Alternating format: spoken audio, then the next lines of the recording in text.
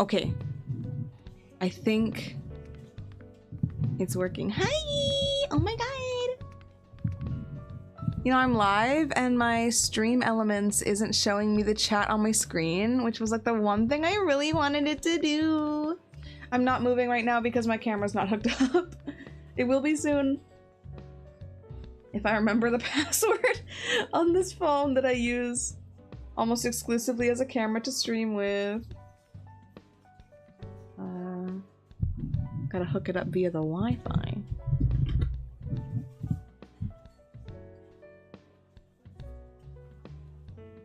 I'm hacking into the mainframe type keyboard sounds here, but I'm just searching my computer for software that was pinned to my taskbar.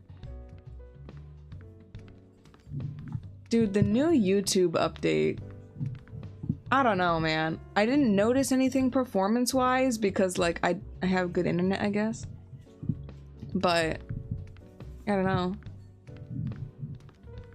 I don't know. Okay, why is this not connecting? Why are they not connecting? It's like the, oh wait. Android device connected. The connected Asus device Android device isn't configured to use Camo. Launch Camo app and follow instructions to connect. Oh my god. Okay, pair a device. Oh, I gotta scan a QR. You know, it's probably because I can start talking about it now. My PC. I got a new motherboard. So now I got the, wait, let me check here. I got the box. I got the Asus TUF Gaming B550 Plus motherboard now. Some of y'all in chat might know what those letters and numbers mean. And so because I guess I got a new motherboard, now it's like, I don't know what this, what is this? What is this device you're connecting? Asus doesn't know what this Oppo phone is. So I guess I go into settings. Click connect in the top right corner of the screen. I don't see that. Oh, I found something that was close enough and it says scan the QR code. The QR code disappeared. Love that. Didn't know it was on a time limit.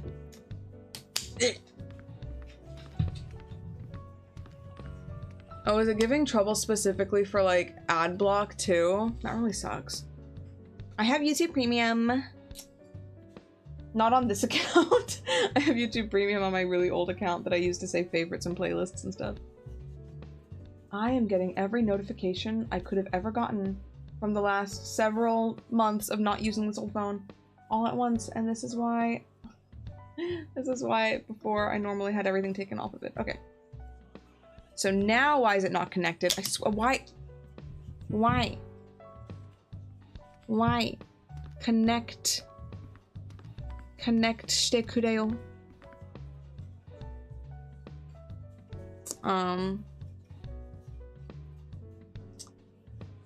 Is this Firefox propaganda in my stream chat?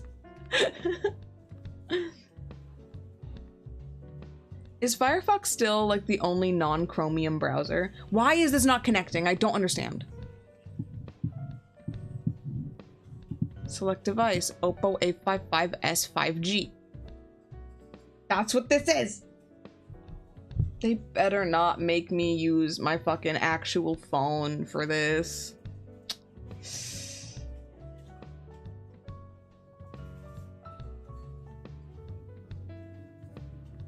Bruh, why does it say it's connected? The name of my PC changed. And that's why it's all messed up, huh? Use the same Wi-Fi network. I believe I'm using the same. I only have one internet. Pair with a pairing file, dude. I don't got time for that. Pair a device. Scan the code. Scanning. It did nothing. It said found Oppo. Connecting to Oppo. And then it goes back to nothing. Camo, make it make sense. Maybe it's because I'm ignoring all the updates. Maybe I gotta update camo. I mean, alternatively, would my phone connect to it? Can I just get this out of the way?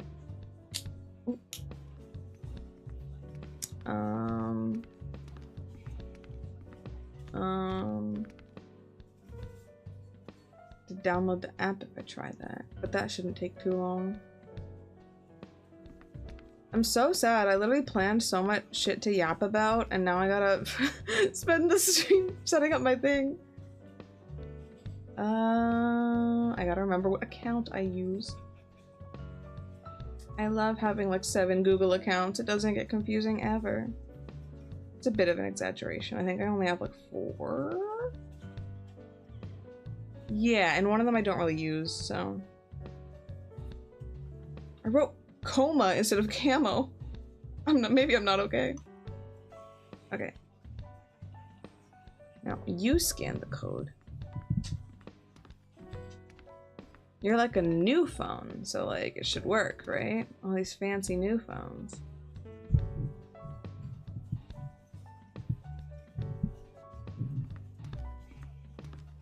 Camo, what are we doing? What? Ah! Yeah, I can't move! I'm stuck!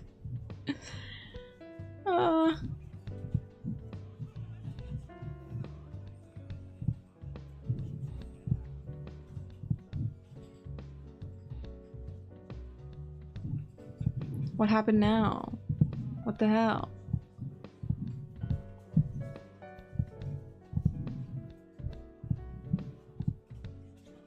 Notification.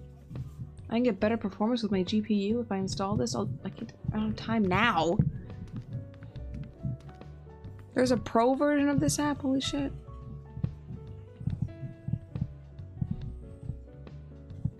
I just have nothing I can do. My webcam doesn't fucking connect anymore. I didn't foresee that.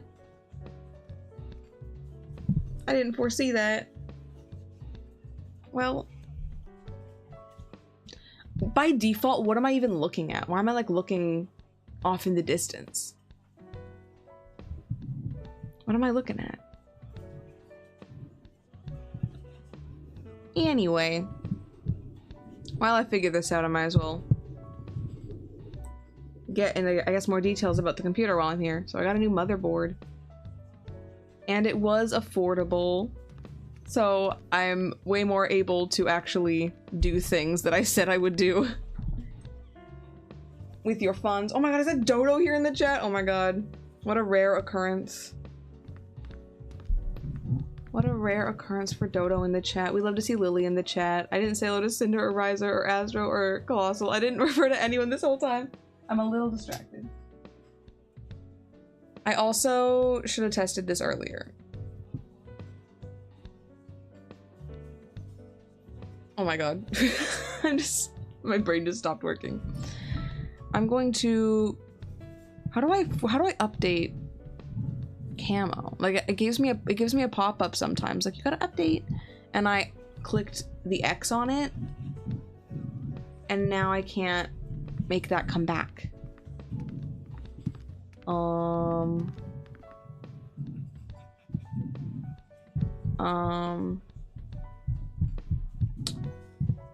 Huh. Welp.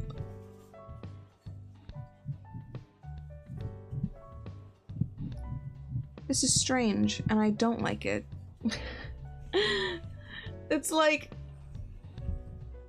the breathing animation. See, normally you don't notice the breathing animation as much because I move.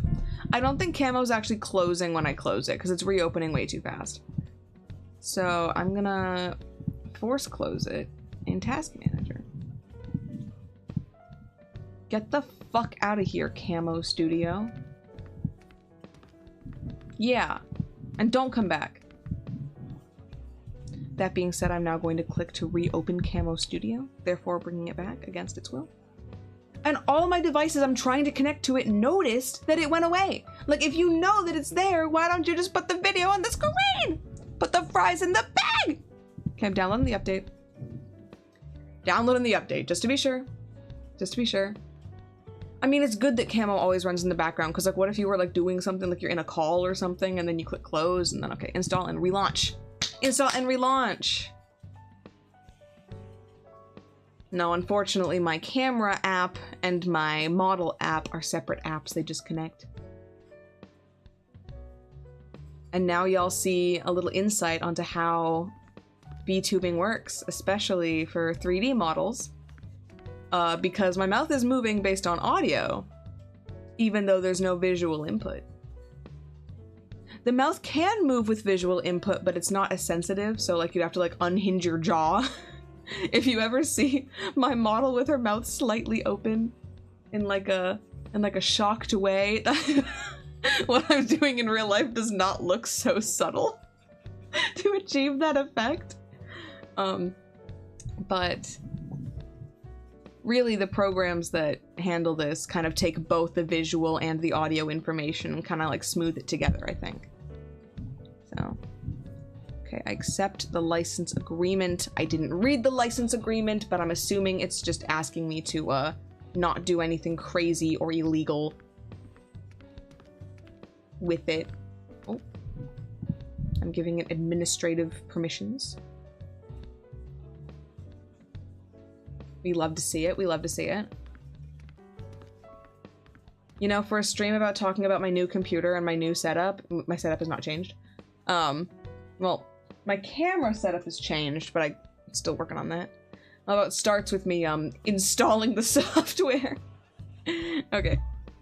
Let's launch camo.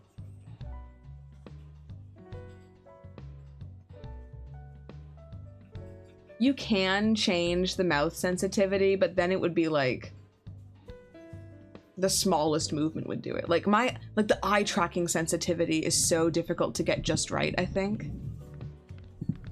But okay, I'm going to select a device. I'm going to select, ah!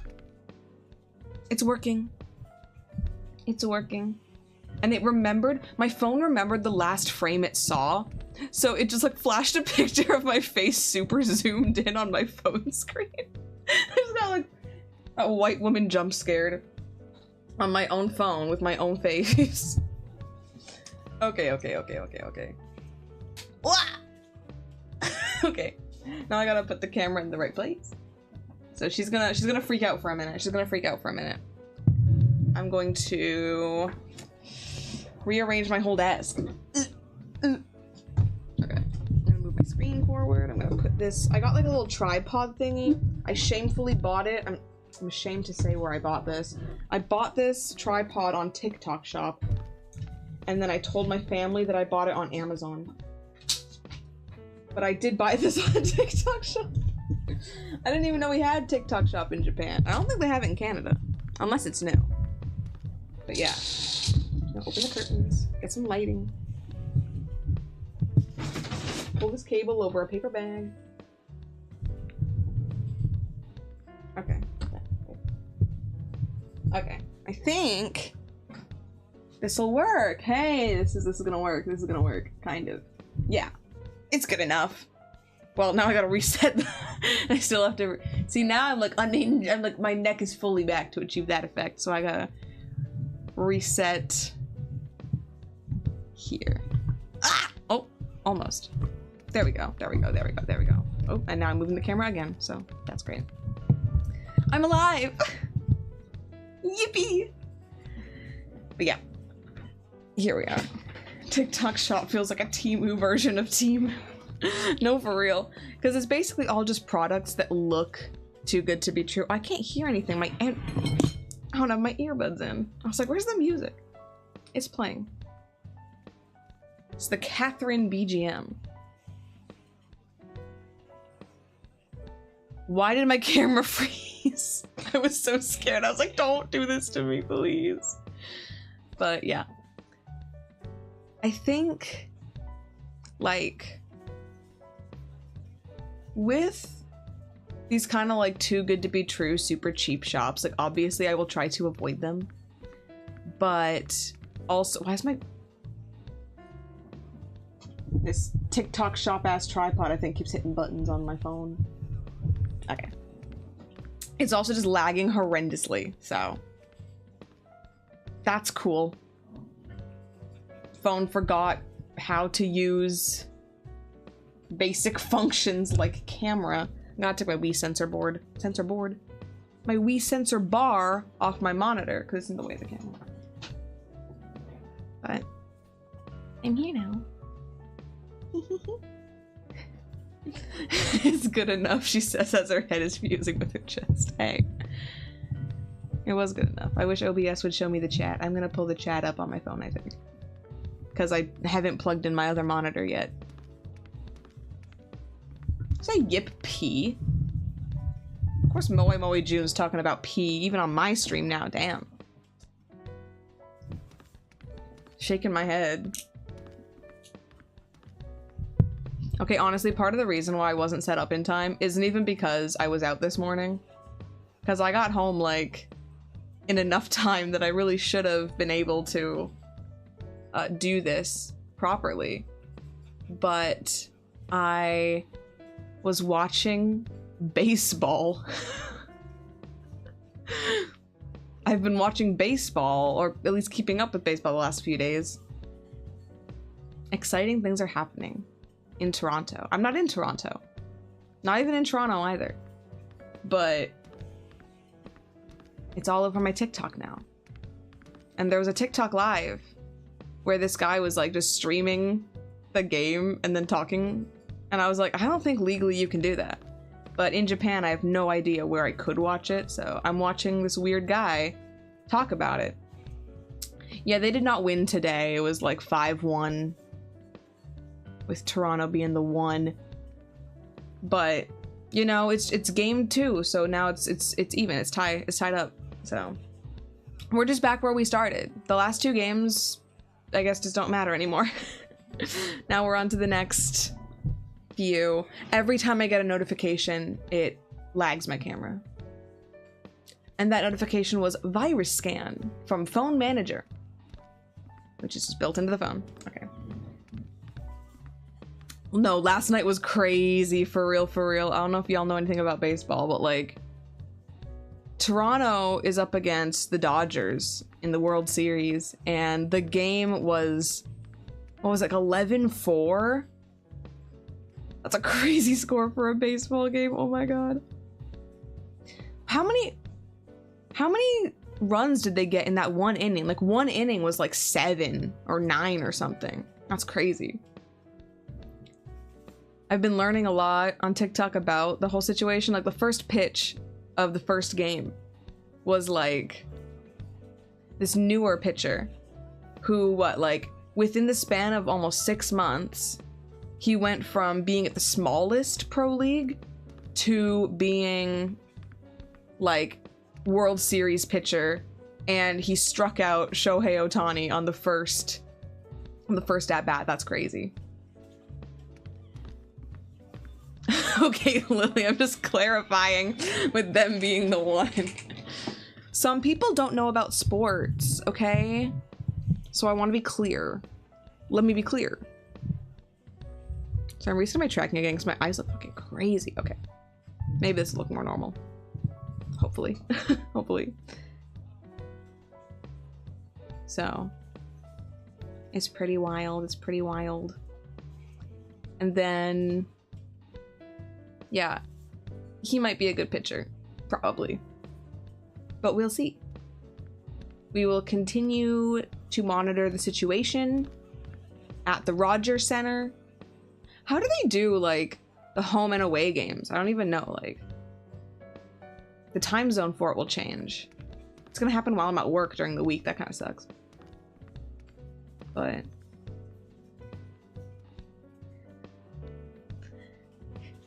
solids can be clear, I think. They can be translucent. Is that clear? I know I'm not, but like solids can be, I think. I'm not a scientist. Not even. Yeah, glass. Glass is a solid that's clear, exactly. Oh my god. Okay, my brain's not all there today, guys. You gotta cut me some slack. You gotta cut me some slack. And maybe technically glass is just very translucent. I don't know all the scientific properties of glass. You know? You never know. Unless you do. And someone probably does. What, were you expecting me to do some shit like, hold up, let me find this. This is why I can't do fun gags. I don't even know. I got so many sources in this scene on OBS. Like, which one is me? There I am. Like, let me be clear. Is that what you wanted? Because that's what you got.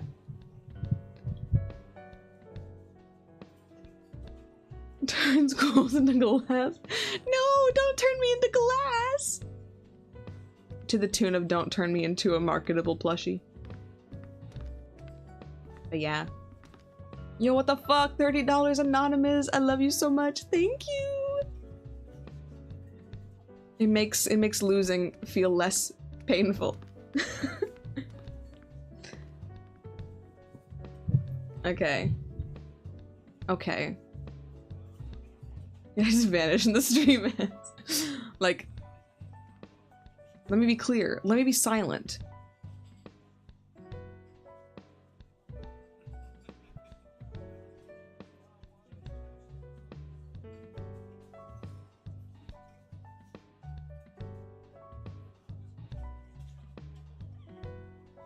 Wasn't that cool, guys? Also, going back to what I mentioned, I did just like mute the microphone on the microphone, not on the stream. Like, like I forgot I could just mute myself on the stream. I muted my microphone. So I had to like, I had to move my mouth so dramatically to make it look like I was speaking. Because it's just the visual tracking. But let's see. I don't have the wheels still, guys. The donathon is over. We had a good run. Actually, don't want to talk about that. I want to talk about that. Let me pull it up. You guys remember this beautiful slideshow I made? You guys remember this beautiful slideshow I made? I'm just gonna peek up here. I can't read the chat, and I am reading it on the actual screen. Just... Okay. So you guys remember this.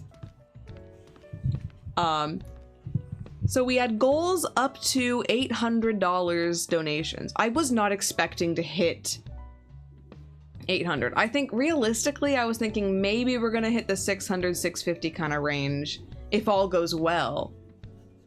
Stream Elements bot, please, not now. Crazy time to plug my donation link.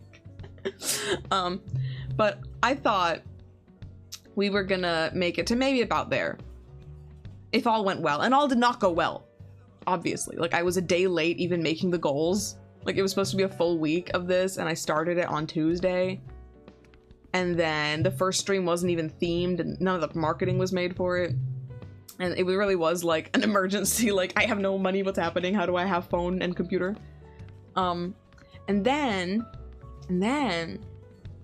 the computer got worse. And we didn't even do like the last stream properly. I'm pretty sure I did it on my laptop eventually, but that's still like, it's hard to have all the flair, all the whimsy, the bits and the bobs, the update. I was using all the old stuff that I was using back before I had this computer, which was like 2 years ago or something. So yeah. And here's the results. Let me find. Here's the results. I'll pull up the total real quick, because I feel like we went past what I expected to be possible by so far that I feel like I owe you guys something. I calculated I added, to be fair, some of the money from before I called it the week of streaming or whatever. But by adding up those donations, we had $1,165 CAD in that like week and a half period that like counted until my birthday, which was supposed to be the finale of it, but wasn't because no anything. So like that's like I can't comprehend that on like a mental level. Like I have no idea what to do with this information. It's really insane, and I'm really happy that it happened. Yeah, you all in chat did it, including Dodo. Dodo, did you go to any of the streams? Honestly, watching the VODs, honestly, like liking the video, like that kind of stuff helps me too, honestly. So like don't feel like you need to financially support me. Do not feel like you need to attend every stream. But it's very cool, and I'm very happy. I'm very proud of what we have done here. I'm very nervous and a little stressed about now fulfilling all the promises. Good news, I have acquired a copy of Pokemon Scarlet version. So we will be able to do that playthrough stream pretty soon. I don't know how long it is. I know nothing about this game. I'm playing it on a Switch 1 and don't know what to expect. I'm gonna go in like blind. I might check how long to beat just to plan how many streams it might take. But so yeah, June's a proud VOD watcher. She even watched VODs I wish she didn't. What was it you said on my last stream or whatever? You were like, yeah, karaoke streams are supposed to be fun. Like, you're not supposed to hit all the notes. I don't know if you said that on stream or on Discord, but I was like, damn. Like, what the hell? But yeah, you don't need to watch that VOD. That VOD is not required viewing for the lore. You can keep up just fine without it. You did say it on stream. Damn it. You didn't even see it live, and I'm still catching strays. Anyway. New overlays. The main ones I'm really focused on that I want new ones of first are gonna be like these ones. Like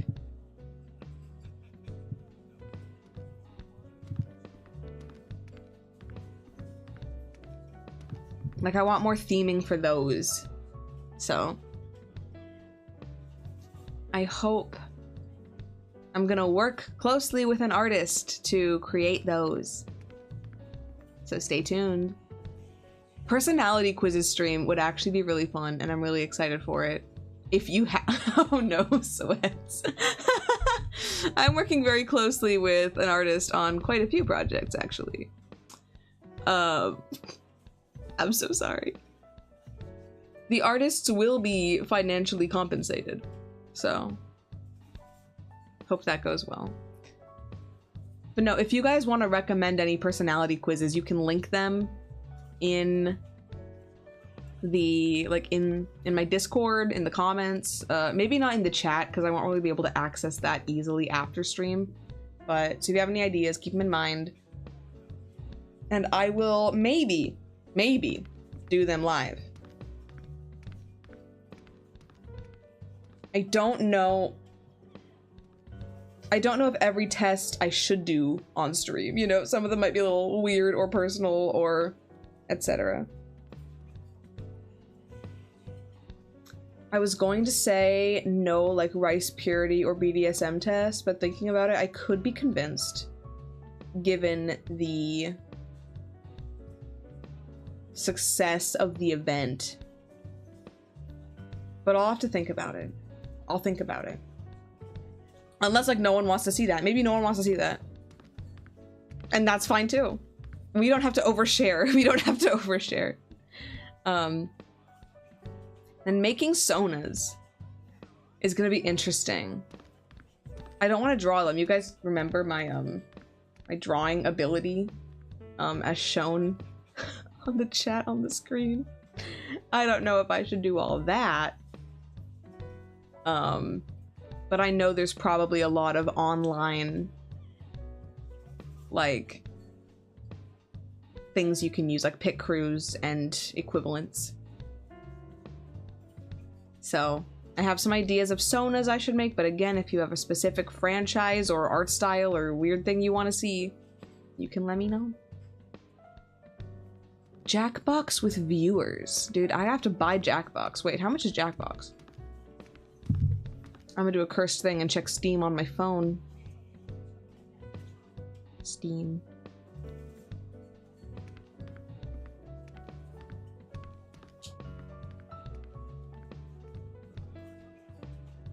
Let's see. Search. Jackbox.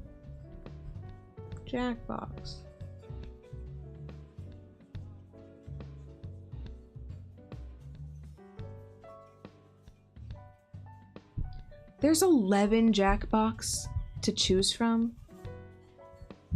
Party Pack 3 is on my wish list for some reason. Some of them are $28 and some of them are $34. Why is that? Oh my god, there's the Naughty Pack. It has very bad reviews. I see, all of them have good reviews except for that one. What did they do?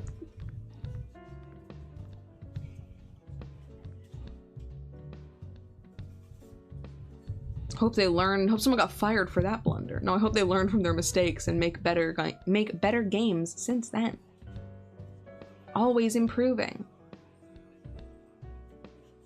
So if you guys have like a favorite Jackbox minigame, I can try to get one.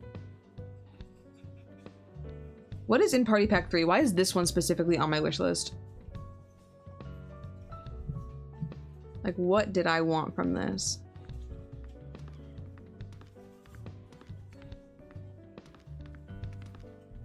Is there not? Okay, they got Quiplash. Okay, Quiplash 2, technically.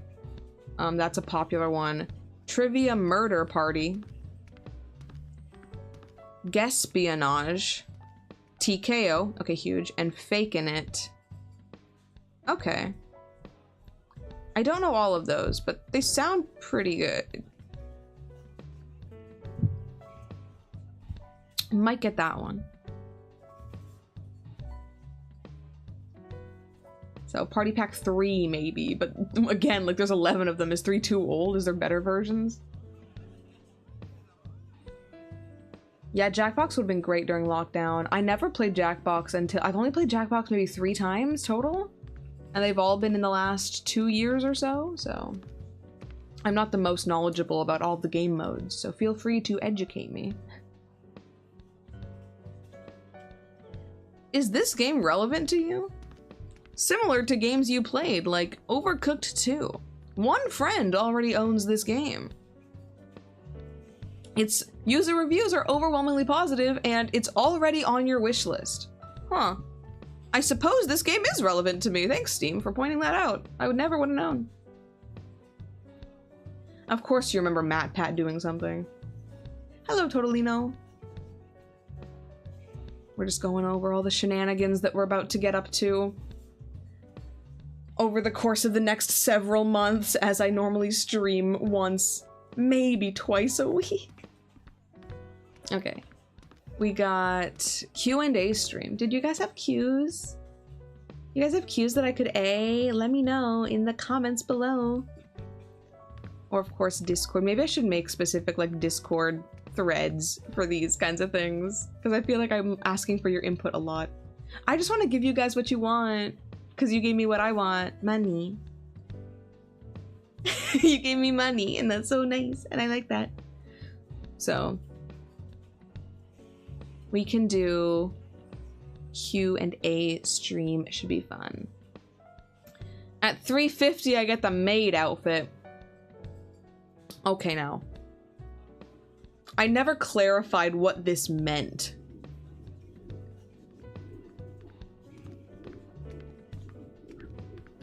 I never clarified what maid outfit means.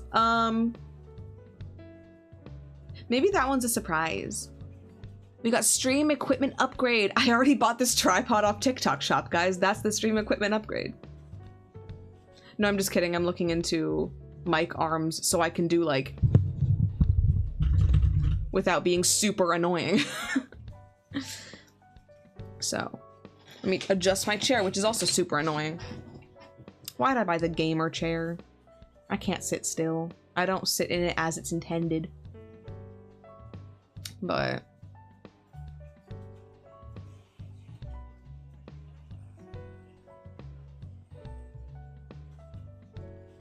okay, let's see here. We got... Japanese lesson. Oh my god, guys. Nihongo kyoushitsu yarimashou.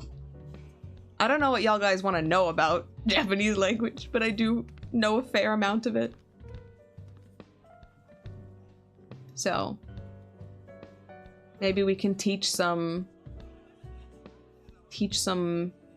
textbook stuff, or teach some funny sentences. Stop speaking Japanese, everything is exploding. Maybe I gotta keep going then.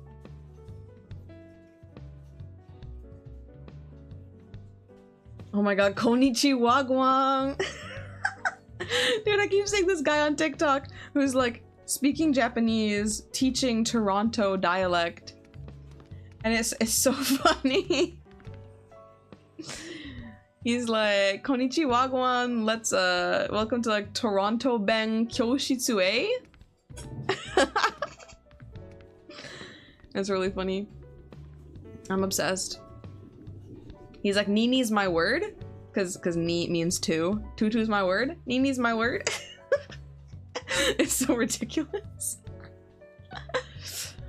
Then there's like Fortnite. Okay, Fortnite stream. Okay. Fortnite stream. That's pretty self-explanatory. I'm gonna have to stream Fortnite. I will stream it alongside my dearest friends. Dude, Krosky-kun?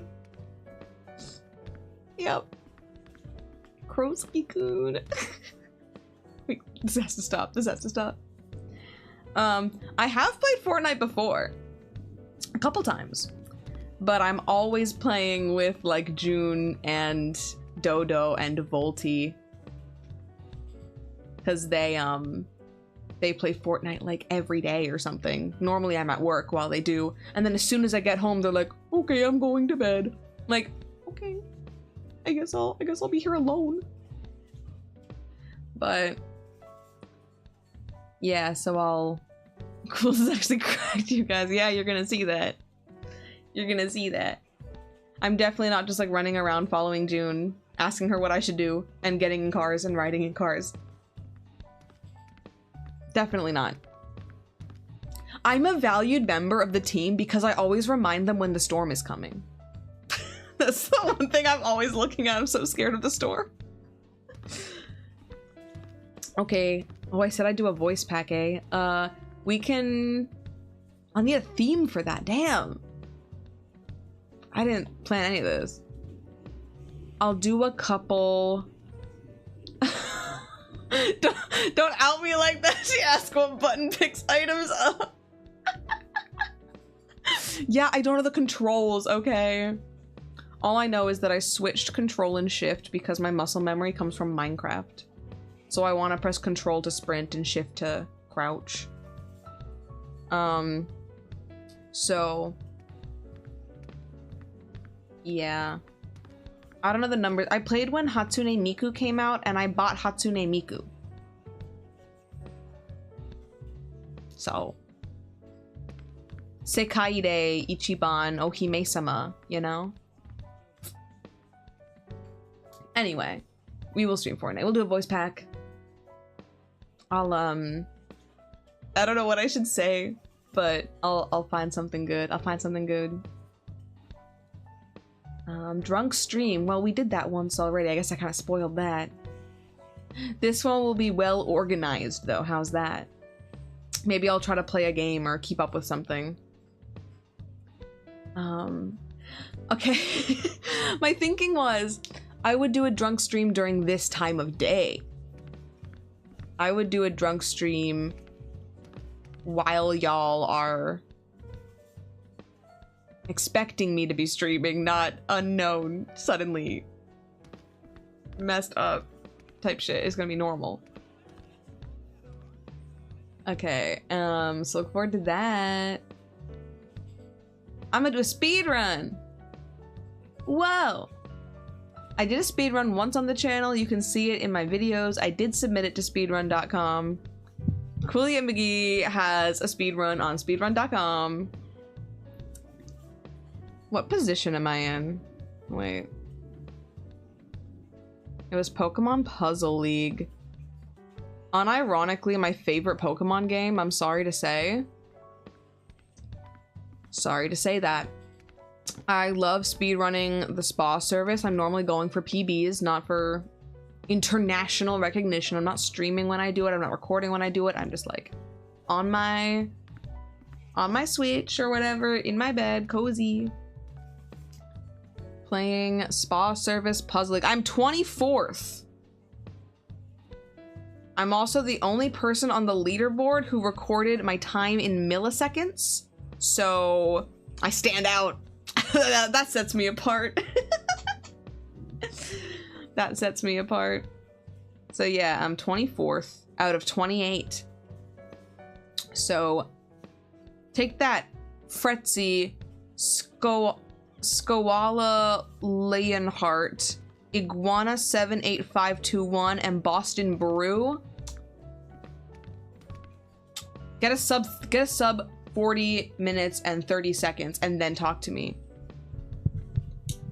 Everyone else is significantly better than me. Well, not significantly, like 10 seconds, but yeah, the world record time is 22 minutes and 4 seconds, and my best time is 40 minutes and 29 seconds. So we're about halfway there. But if I were to do a speedrun stream, I would speedrun a different game. And I think any game where the speedrun, well, not even speedrun because I wouldn't be good at it. Any game that's less than, any game that's less than 2 hours to speedrun that I have streamed before, I think would be a good choice for that. How long is the speedrun for Yakuza 0? I know I haven't streamed Yakuza 0. Any Yakuza game is obviously fair game for that too.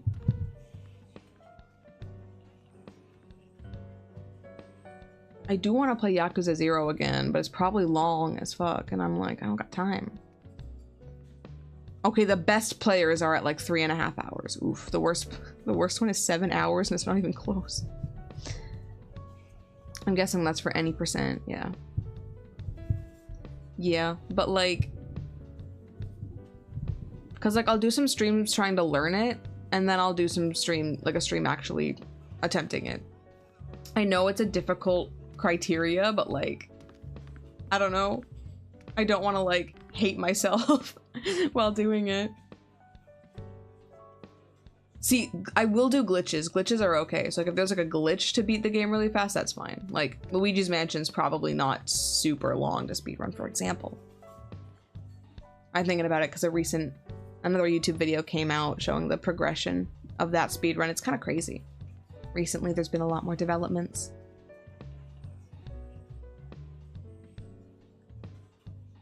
Apparently a world record at some point for 100% of Yakuza 5 is 40 hours. Dude, Yakuza 5 is too long, I'll say it.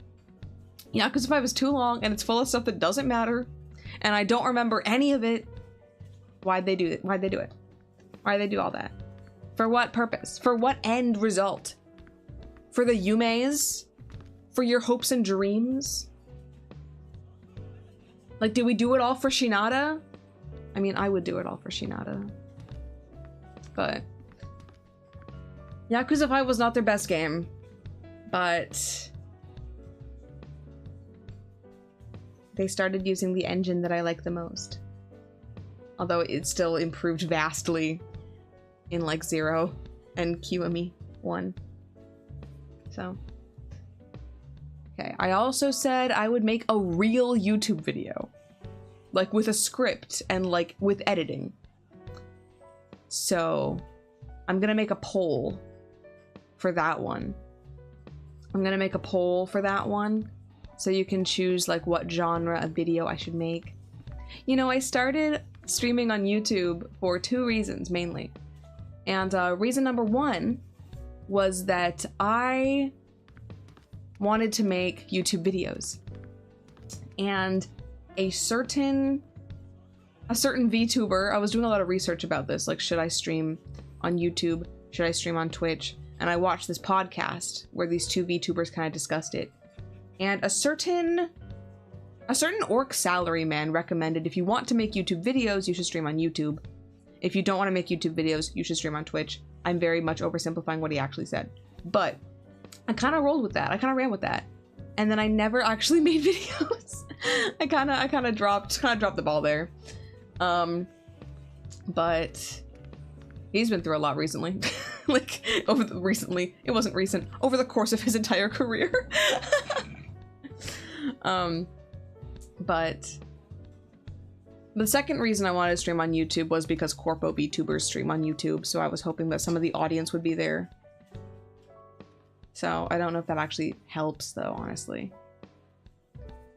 Then I said, Discord watch along, guys. Tell me what movie we should watch and we'll stream a movie on Discord.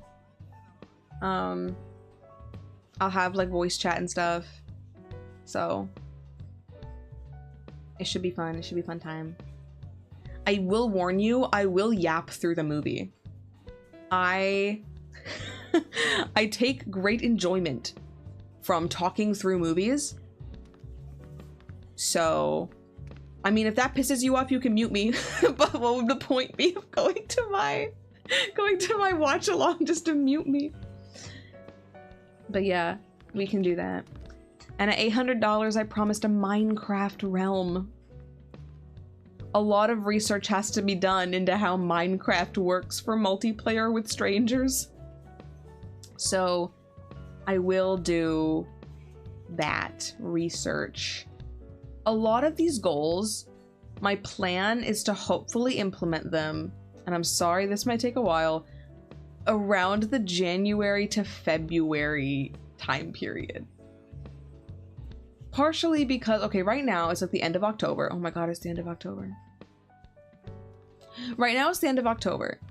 Then I got November, where I'm gonna try to do a lot of the behind the scenes kind of work. Then there's December, where I have half the month I'm gonna try to focus more on like housework and like catching up with stuff and trying to like lock in, get my life together. And then it's like the holiday season. I'm gonna be very busy during, I'm gonna be very busy during the holiday season. There will be one really cool collab stream that y'all definitely gotta tune into. Maybe two, because there's two POVs probably, maybe only one. Depends on the setup at a certain location. But, so look forward to that during then. But it's definitely gonna like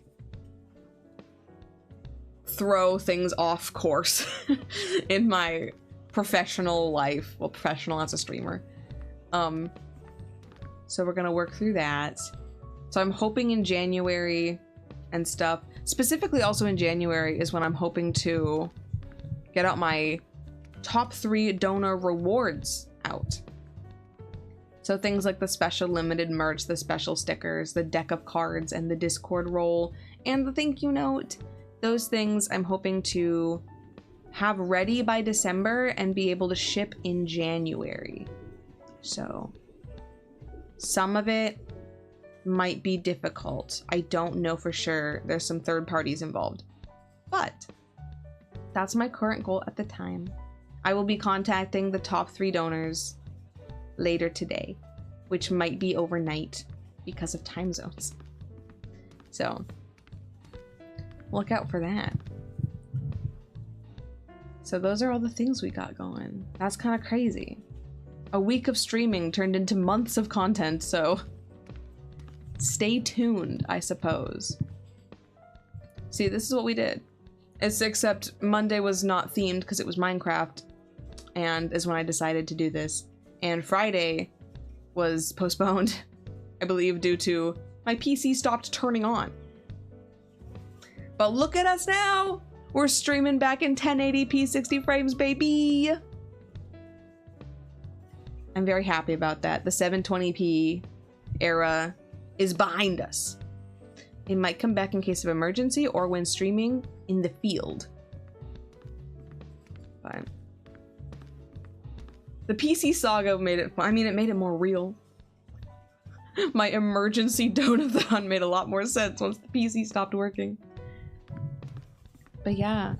Okay, hold up, guys. Oh! Where are my legs? Okay. We're good, we're good, we're good, we're good. Going back down here, maybe. If you missed the 720p era, you can go back and watch my old streams. Not the very old ones, they're- I mean, I was gonna say they're scuffed. This stream was scuffed too! What am I talking about? But definitely some unique vibes were had. My throat is so tired. I have a drink here. I was worried I wouldn't have a lot of energy. I think I might have a little bit of energy if you didn't notice. Oh, thank you, Riser, for coming. I hope you're excited for what I have in store. But I thought, what if I don't have any energy? I think I might have some energy. That being said, though, I'm gonna drink this Monster Energy. That was in my fridge for a long time.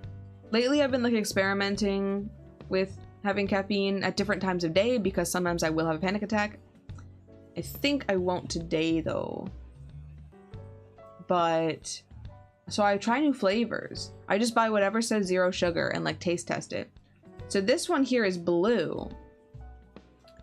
And where it normally says a flavor, it just says energy. So this is the flavorless Monster. I doubt it's flavorless. I'm guessing it's the original flavor. And maybe I should have started with the original flavor. Hold up. Let's give it a smell. Smell test. Oh.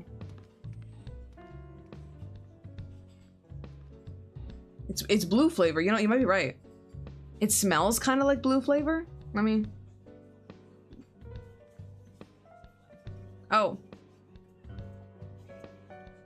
The liquid itself is not blue.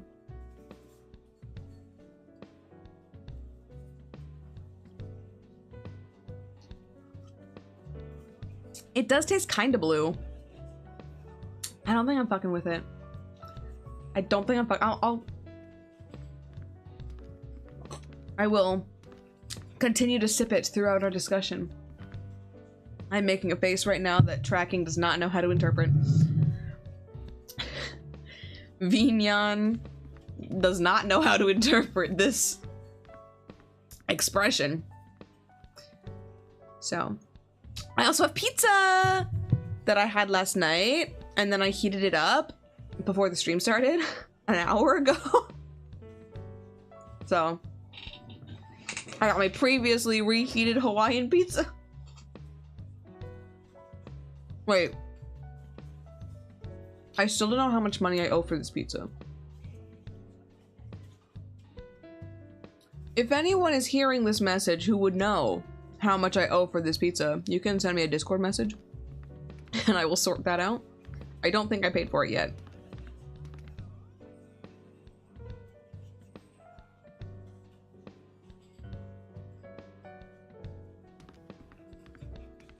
Pizza pop. Pizza time! It's pizza time!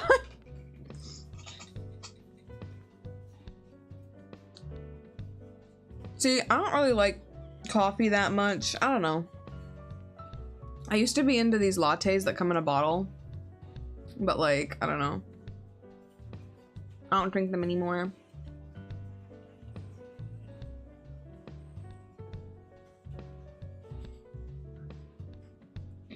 No! I owe 1100 ZAD. I need another donathon to cover this pizza. Pizza is really expensive in Japan, but I think we got the half off price because at Domino's every Wednesday and Saturday is half off. So it goes from being, oh my god, so expensive to, oh my god, so affordable.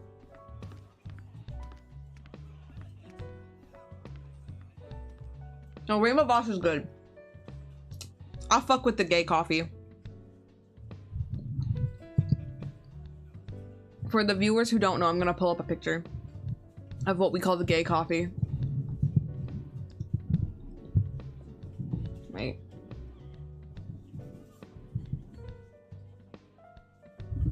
Rainbow Boss Blend. I think it's the Rainbow Boss Blend. Rainbow Mountain Blend.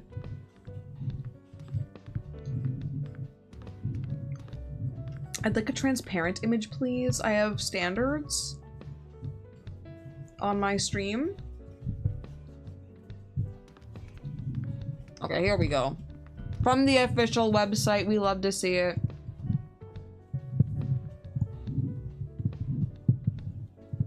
It's taking a minute to pull it up.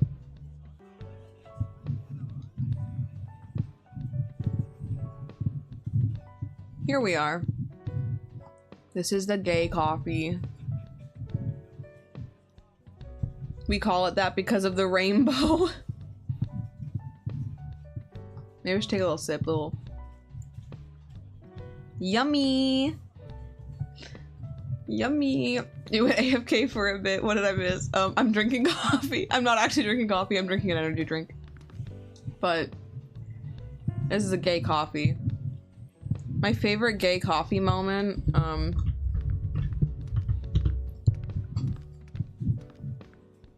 no one wants to show me this picture on google.com.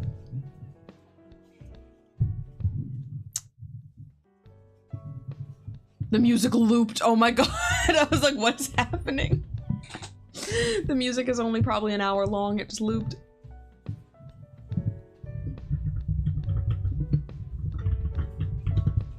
I want to show the gay coffee being gay, but I can't find the screenshot! Just know that Daigo Dojima drinks it. That's all that matters. And Shinada buys him one on the Shinkansen or whatever. But, yeah. I keep forgetting to like pull up chat on my phone so that when I'm doing other things I can still read it. Okay, here we go, here we go. Oh my god. I was gonna say also, I just forgot about this until now. June, you made a thumbnail especially for this stream. And I was about to change it before going live.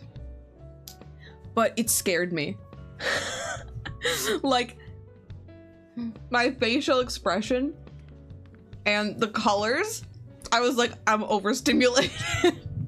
Like, I'm scared. Like, it would get someone's attention, but it would also scare me. Like, I'm excited, but I don't know if I'm that excited, you know what I mean? It looks like a Mr. Beast thumbnail or something, like. And that does a good job of conveying what it needs to convey. But I was kind of scared. I was like, whoa. For SEO purposes, this thumbnail is fantastic. Honestly. Like, you succeeded in making a thumbnail. I'm not saying it was bad. I'm just saying. You. Oh my god. Now I want to see it on you. It's probably a cute expression on you. I feel like I'm not centered. It's probably a really cute expression. But. Yeah. Oh, I should have said this. I have a small list of things that I wanted to make sure that I said today, like as a little catch up. One of them I know that Riser would want to hear. Damn. He ain't here anymore. I just wanted to say, in terms of the upcoming Yakuza game, I will be streaming Dark Ties.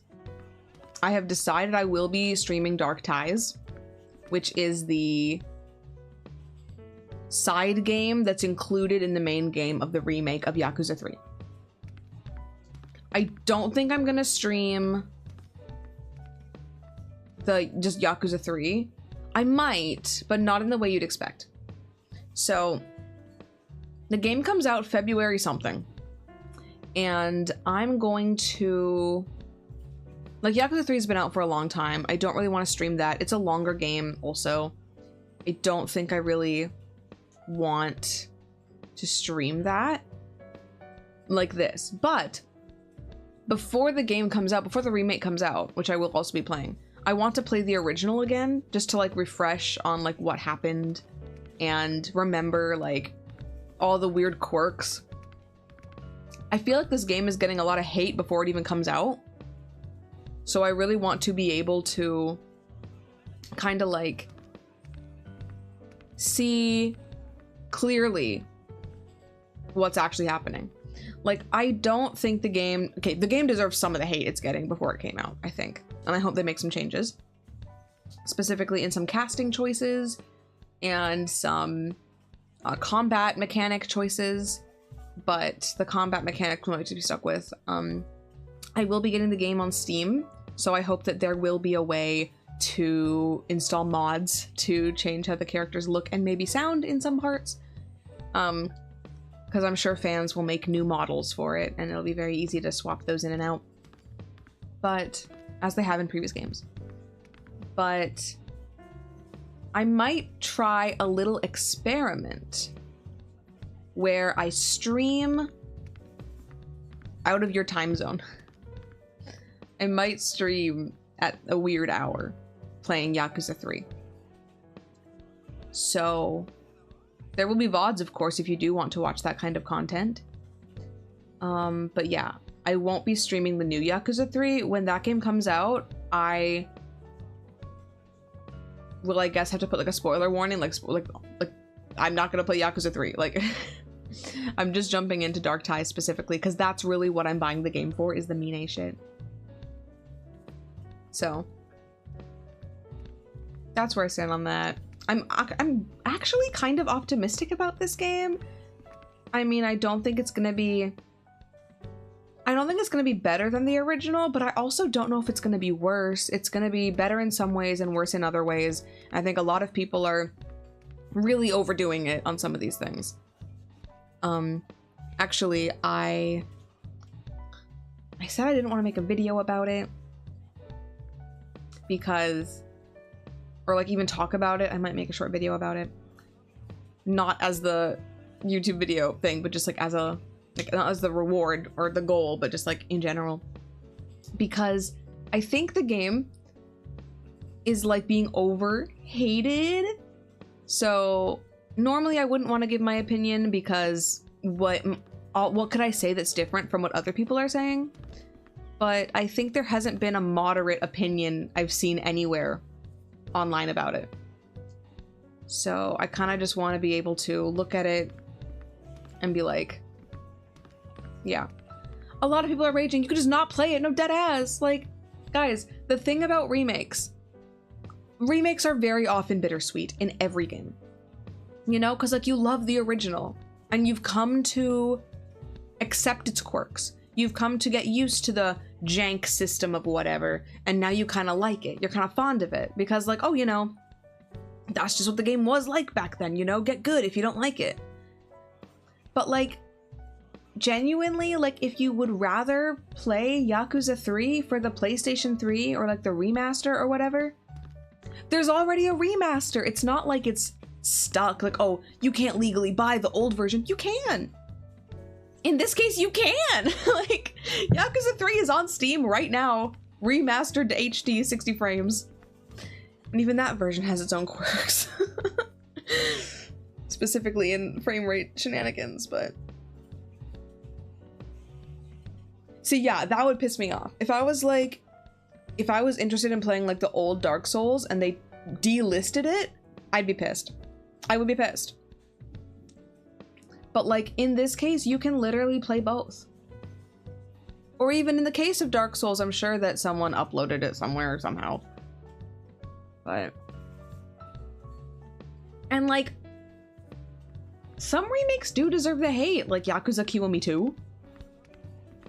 Apparently it's still better in this day and age. Some people still prefer and recommend you play... Sorry. Recommend you play it on the PlayStation 2. Just play Yakuza 2 on the PlayStation 2. And we really do live in a society where people just like being mad.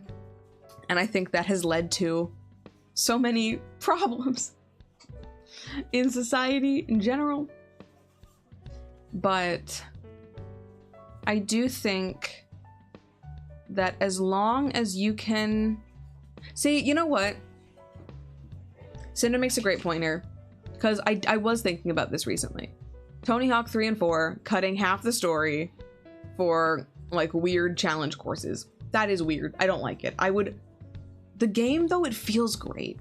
And to have a game, especially if you're like a console gamer, where you can just pop in and just like skate around and, you know, unlock. There's so many cool unlockables. There's so many cool skaters in the new one. Some of the levels play really well. You know, like there is good merits to playing the remake, 3+4 Tony Hawk's Pro Skater.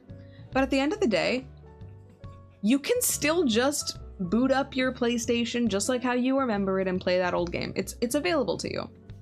You can emulate it very easily. If you're on PC and your PC can run THPS 3+4, you can emulate THPS 4 easily. And it's like, there's just, nothing is going to be perfect like you want it to be. Everything is up to taste.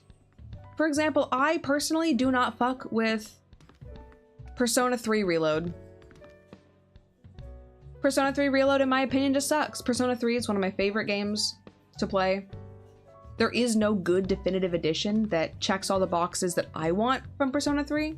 As someone who played FES and Portable, there is no, you know, there's no 3D version with all the content and cutscenes and everything where you can play as a female protagonist. And that's fine. Some people don't care about the FemC. Some people just want to play it in HD and, you know, with new quality of life upgrades, and that's fine. Some normies don't care about FemC or the OG voice cast like I do, but because those are two of the things that made me like Persona 3 the most, it's just not for me, and I can accept that. And I will buy P3P on Steam maybe, or I will emulate FES or even the original. It's possible. You can do that, and I will do that, and I have, and I will continue to do that. So I think, you know, I understand how that feels to get a remake that feels like a kick in the dick. Like, it's the worst thing that could happen. You're like, oh, I'm so excited for this remake, and then it's like, oh. Okay, I guess it's not the remake I wanted. But, you know, you have choices. And while some of these choices are questionable in terms of maybe legality or morality, depending on who you are, like, if you can't emulate something and you just wanna, I wish I could play this on Switch, like, that's one thing, yeah.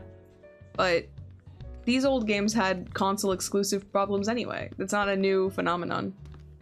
Accessibility of games is continuing to be a problem, like it has been for the last, since games existed. So we gotta unite on that front and not get mad about, oh, they didn't put like heat bar in game. Like, okay, I know it's sad and it's not great and it's not gonna feel as great, but I didn't like the combat in Yakuza 3 anyway. And even as someone who's not close to a Dragon Engine fan, I enjoyed the combat in Pirate Yakuza. I am excited to play as Mine. His fighting stuff looks cool. I think there's gonna be a balance there somewhere.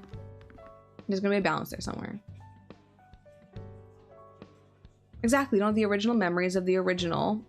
So, you know, I do want to play P3 through the remake since there's more streamlined out of the answers. Yeah, I mean, a lot of people wanted that content. They wanted the answer. They gave them the answer. I wanted FemC. They didn't give me FemC. I'm waiting. I uninstalled the game the other day to make space because I just downloaded Yakuza 7 Gaiden. I'm gonna play that soon. Keep the brain worms in my brain healthy.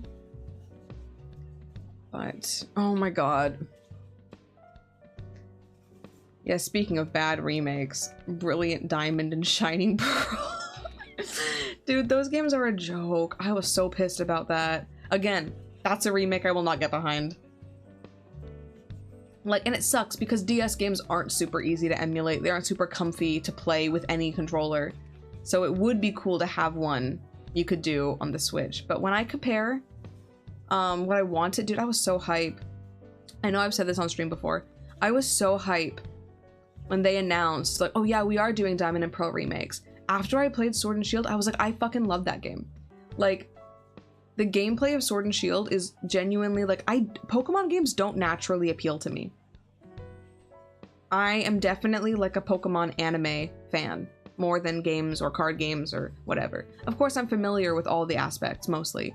But, dude, Gen 4 was my first Pokemon games too, dude. And, like, I love the music, and I love the, like, the aesthetics, and I love the region. And I just really wanted to play through that again. And with the new engine, like with the Sword and Shield engine, I was so excited to like see how that would translate and what they would add to it. And as most of you know, they were not so nice about it. It's basically a weird one-for-one remake with nothing added to it except for an ugly-ass art style and boring music. So, yeah, it was really disappointing. And that's another remake I don't think I'll be buying or playing. So. Yo, we got another Sword and Shield fan. A rare occurrence. Two on the same YouTube stream right now. That's crazy. I did beat Oras, actually. I don't remember anything about it, but I did finish that one. And I finished it with the stupidest party, dude. Like, it wasn't even good. Like, my party was like, it had a Zigzagoon in it, it had a Chimecho in it. Like, I was not taking it seriously. But yeah, Pokemon games I didn't finish are like Black and White 2, Sun and Moon, Ultra Sun, Ultra Moon.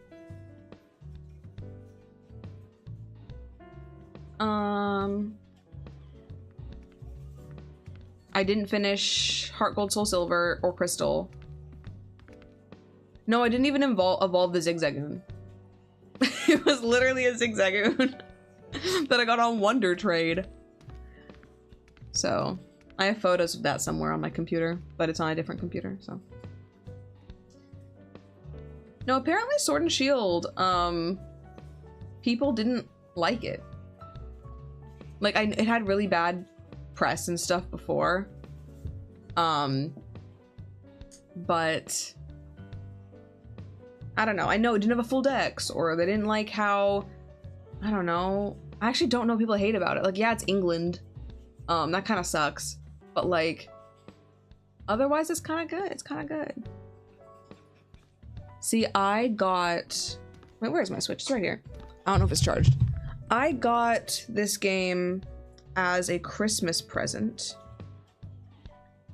And I wonder if can I even find this anymore? Nintendo did like an annual, like a Wrapped. There was like Nintendo Wrapped where they showed like how many hours of games you played, what game you played the most, etc.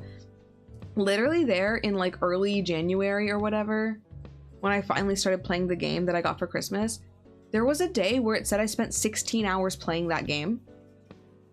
And I did not, I know for a fact, I did not forget and like leave the console turned on while I went to eat dinner or something. Like, no, that I genuinely think I played 16 hours of that game in one day. Like, I was locked in. And like, I don't play these games particularly fast either. And of course the price is going to be high. It's a Nintendo main property game. They're all that expensive. Now I did not buy Scarlet Violet. And I will continue to not buy Scarlet Violet. Because I think that maybe it would be good on Switch 2, but I also don't really think I'm going to buy a Switch 2 anytime soon. So, yeah. It's not on my to-do list. But I really liked the gameplay. The Sword and Shield gameplay, fierce, was really immersive and absolutely captivating. But no, I like the games, like, when they got, I liked the characters a lot. You know, I liked Marnie. I liked, what's his name, like BB or something? DD? DD Mega Doodoo? Like, I forget the guy's name. BD? But I don't know. He was interesting, and I liked the idea that, like, because in other Pokemon games, like, you know, you go to all the gyms and then you, but maybe I liked it because I guess it was more anime structured, where it was like, you're going through these gyms, like, with people. You see the same people on your journey because they're doing the same journey as you, just trying to see who can do it better. You know? His name is Bida Booty. His name is Dabudi Dabudai. But I really had fun with that one. I also loved the encounter system because they finally did away with random encounters, and I fucking hate random encounters. So his name is pronounced Bede. Okay. I don't even remember how to spell it. I'm saying he's a great character and I loved the game, and I don't even know the character's name. Okay, I have a copy of Scarlet. I didn't buy it. I didn't steal it. let me clarify. I didn't steal it either. I'm borrowing it from a friend. But yeah. I don't have a Switch 2, and it seems like the Pokemon Company doesn't want to optimize games for the consoles that they were meant to come out on. So I'm probably not going to buy the new Legends game. I also didn't play the other Legends game. Again, Pokemon games naturally don't really appeal to me. So I've played the ones that I've played. If I can get through the game, if I can like finish the story mode, that should say everything if I like the game or not. But if you guys remember, some of y'all were on Discord when I said this. I want to play Scarlet Violet because I love Smoliv. I just want Smoliv. So I just want Smoliv. The best Pokemon game is Pokemon Puzzle League. Came out in the year 2000, on September 25th, if I recall correctly, 2000. And it came out for the N64. It's a very late N64 game. It is a reskin of a Japanese game, Paneled Upon, but that version of Paneled Upon actually never came out. So the only version of this game that you could play on N64 legitimately is Pokemon Puzzle League. It never came out in Japan because, again, the Japanese version was Paneled Upon. So a lot of the stuff was done with 4Kids stuff because, you know, they're doing it in America. So it has all the season 1, like region 1.5, so gen 1.5 stuff. So like Orange Islands season, they have like all the Orange Islands characters. They got like acted voice lines. They got Tracy in there. They got Tracy and Ted Lewis. I mean, hopefully you would have those two things together. But like, you know, it's a wonderful game. I love puzzle gameplay like this. It's so fun. And it's just everything I would want in a Pokemon game. Because I'm an anime fan and I like puzzle games. During your playthrough, can you make a team of entirely high-level Smolivs? Maybe. Maybe. We're definitely getting a Smoliv. I also love how shiny Smoliv is just like a different type of olive. Like, that's so smart. Like, we're so big brain. We're so big brain with that one. But oh my god, streamers stream pog? Viewer view pog? The very famous elephant has appeared. I'm talking shit about Pokemon. Again, okay, my natural instinct about new things, and I recognize this, especially like remakes and stuff, is to have a negative opinion of it. Like new stuff, I'm very quick to like jump onto hate, like, oh, the new Pokemon game sucks because blah, blah, blah, blah, blah.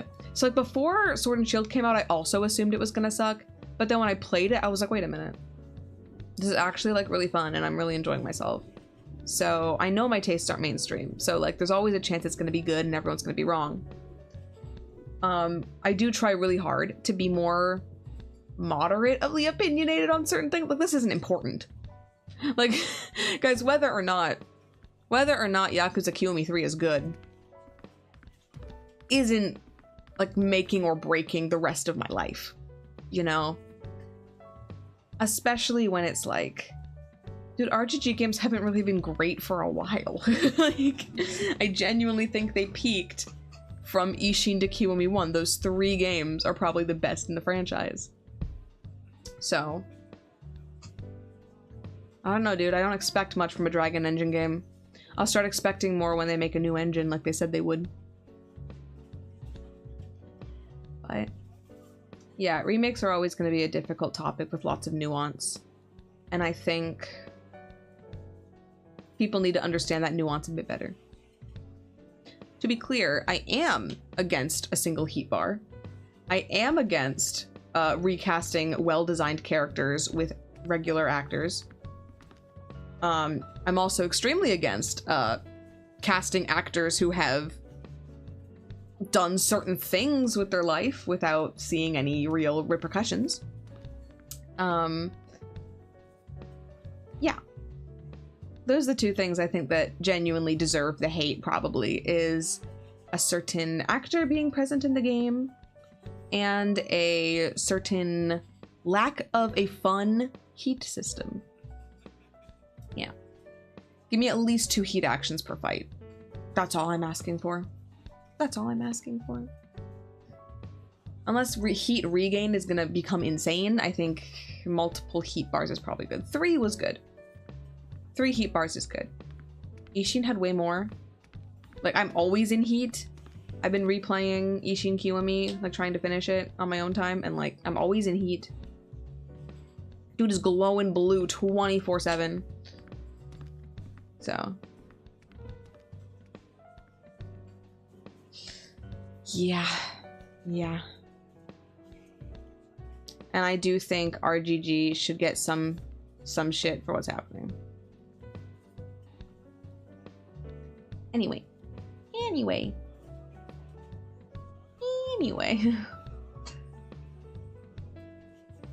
I don't want this to get too dark, perhaps. Unless the ties are what's dark. The dark ties, we could... That's okay. We're gonna stream that. We're gonna stream that. Speaking of streaming stuff, do you guys think you would watch a stream if the content was just me going to a karaoke room somewhere and trying to learn how to do metal screaming? Would that be interesting or would that be boring? I honestly can't tell. Would you watch a stream of me being like...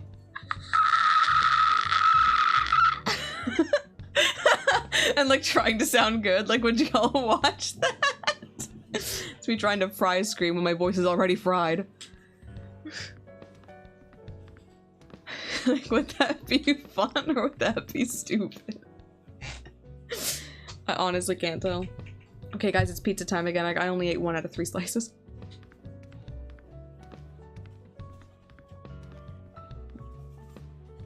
I have a volume warning in the title. Yeah, the title is gonna be "Welcome back to me screaming." And it's like volume warning. Yeah, no shit.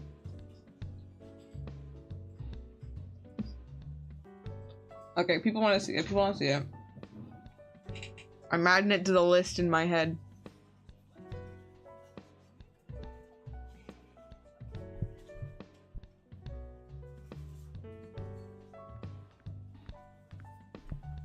It's a skill I've always wanted to develop, being able to scream. Dude, MCR. I'd have to be pretty drunk to do MCR karaoke on stream.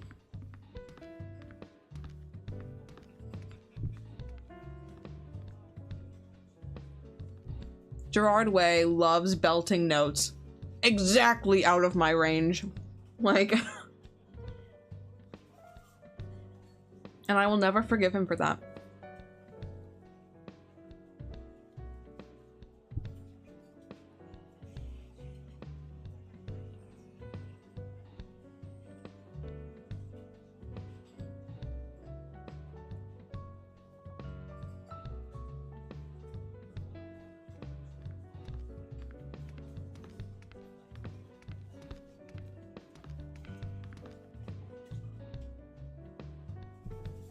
I'm glad y'all support my stupid ideas. I'll make a note of that.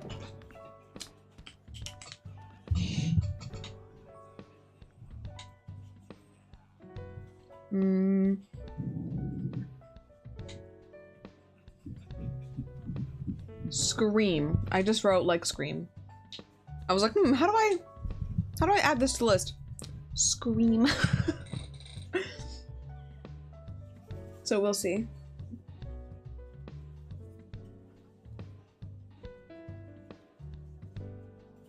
But you know, there's another thing I wanted to get your opinion on. I don't know if you guys know. Do you guys know, like, what exactly is the criteria of a Tumblr sexy man?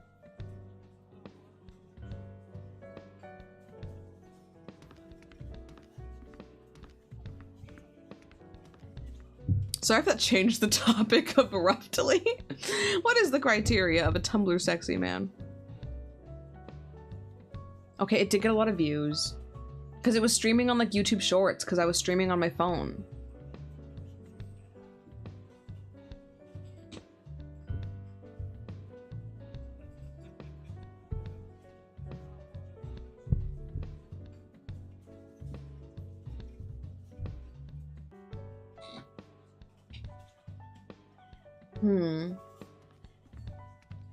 He can't be a sexy man in the traditional way.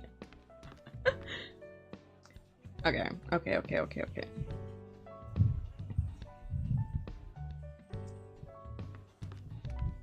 So we gotta find out. Like, everyone has an idea of one, but it's a nebulous category. Yes, it is. I think perhaps the three Sans Undertale. See, Sans Undertale hits some of the trademark points of a Tumblr sexy man. Okay, purple. Wait, hold on. I'm gonna make a list. So purple. Maybe we should add that it's on Tumblr. You know, a Tumblr sexy man needs to have a Tumblr fandom, right? So, like, but what about the ones that makes him a Tumblr sexy man? Is it because he's pale? That's one of them. He's skinny. Skinny and tall. I'll add that in the same category. I'm making a list here. Some people are like, oh, twink in a suit. I mean, there's a lot of twinks in suits that are definitely Tumblr sexy men for real. No, definitely how they dress is important. Okay, so like where's statement suit? Statement suit jacket kind of vibes. Suit. If I couldn't spell suit. I could not speak while trying to write the word suit. Dandy or dandy adjacent? That's a good point, actually. Okay. Dandy vibes. Got it. Because, like, again, like, not all of these are required for every Tumblr sexy man, but everyone has an image in their head of Tumblr sexy man. And a lot of them are concepts or objects that get personified. And the ones who get, like, personified often have these characteristics of being purple, pale, skinny and tall, wearing a weird suit. You know? That's kind of the vibes we're getting. Cools, why do you want to know all of this? I had a moment of clarity the other day. I'm just sitting, minding my own business. I'm literally not even thinking about anything strange. I'm setting up my computer. I'm plugging things in. I'm setting my pin. And I just stopped dead. I stopped dead. The voice running in the background of my head all the time, my internal monologue, just says to me, I hear. Wait, is Goro Majima a Tumblr sexy man?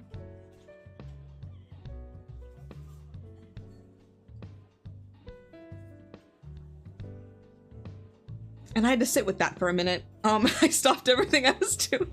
I had to sit with that thought for a minute. Because I think out of this list, Yep, he's quite pale. He's got the skinny, tall vibes, you know, out of all the Yakuza characters, he's notably slim. He's got that little waist that you could, like, grab with one hand from behind, maybe. I definitely don't think about that sometimes.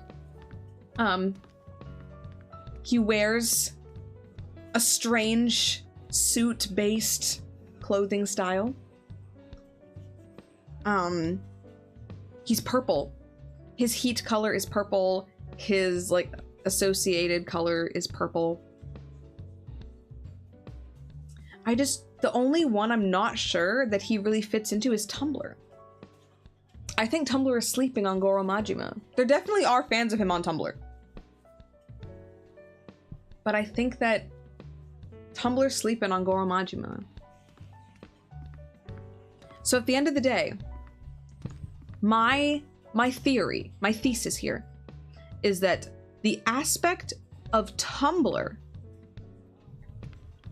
the prominence, like specifically on Tumblr.com,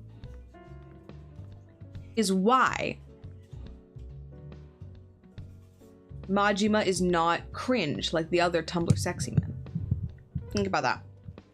You know, when you think about the Onceler, do you think about, oh, I saw a fan of him on Twitter the other day?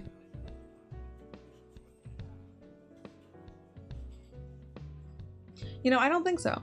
Do you think, oh, look, yeah, let's talk about Bill Cipher on Reddit?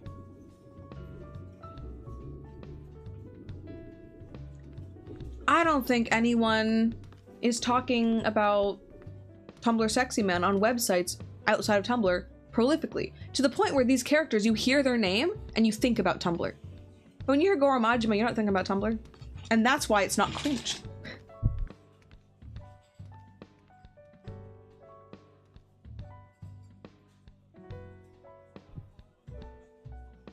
Okay, what do we got? He's got too many traditional good-looking traits. Interesting. Interesting theory. The scar and the eye patch. I see. Gives him traditional masculine beauty. I think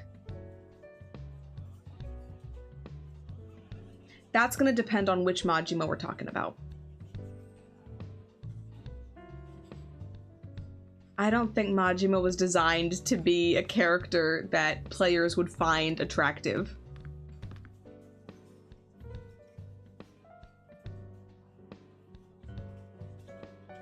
And yeah, I know people are talking about him on Tumblr.com. But it's not like all of his fans are on Tumblr.com.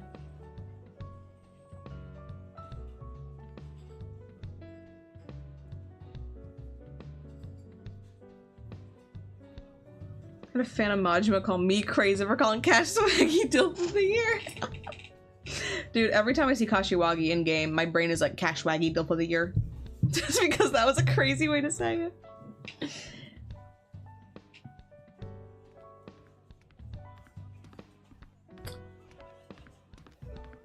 I gotta pull up the screenshots of PlayStation 2 Majima, maybe.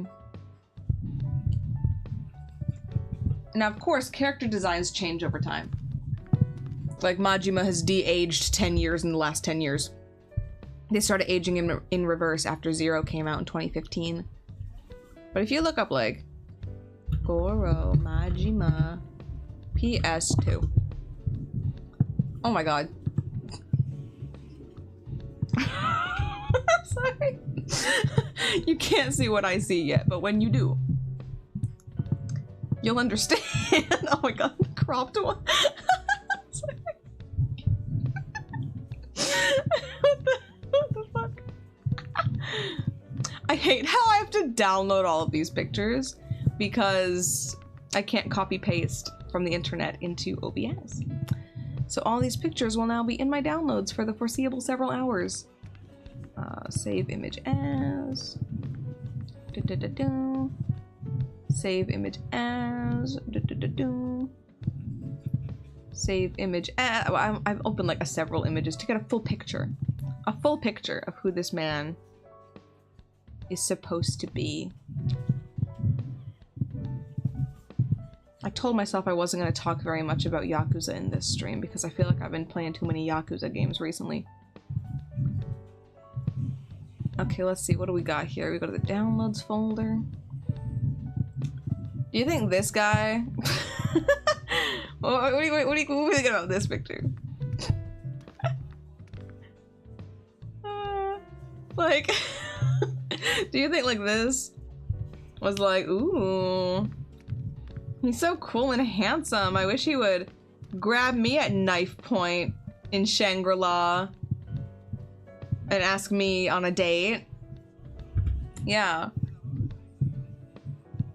I don't know if that's true. I love how that image was called. That image naturally saved as goromi.webp. What website was that posted on? But you know, we got like, I love this picture. It's my favorite one. This is my favorite picture of PS2 Majima, I think. It's like, why is he standing like that? Okay, I didn't want to imagine Mark Hamill's voice coming out of that, but now I have. But like, he looks like a dangerous gangster. Let me see. Another great example. Like, who the fuck? Who the fuck is this? Like, hold up. I don't think he was designed originally to be considered attractive. I think the game devs were focused more on making Kiryu look cool enough that you want to be him, and making the women look hot enough that you want to have them. So... oh wait, I got one more picture here from Yakuza 2. Just to prove that, like, it wasn't just the first game. What the? Who the hell is that? He was meant to look intimidating for sure. Because in the first game he kind of was like a... I'd say like a minor antagonist, perhaps. He was meant to be so insane. So... He did look so insane. One last pizza time. He's too traditionally looking, tough looking for Tumblr sexy man status.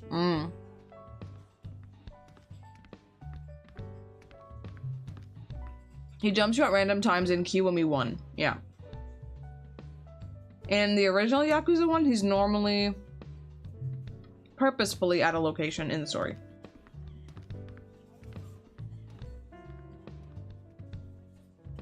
He does look greasy, but to an extent he still does now.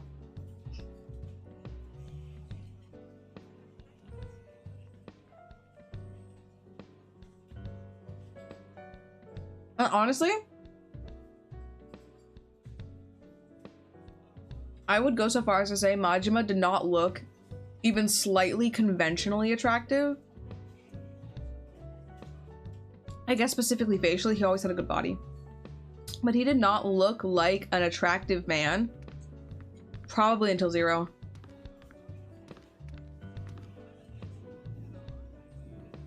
They made a joke about him being ugly in Ishin.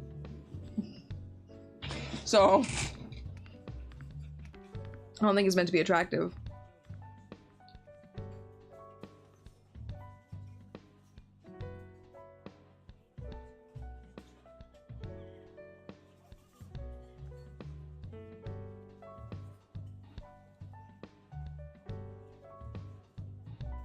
Oh.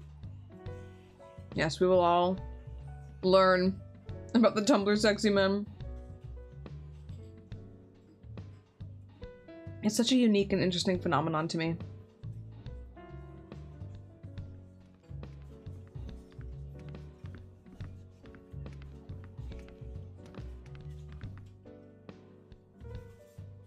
June, you're right though. You're right though.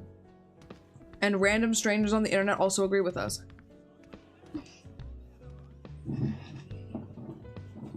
I saw a TikTok where they were like, ooh, Majima's gonna be hot in the new game. Y'all are mad about Rikia, but like, Majima's gonna be hot in Yakuza 3.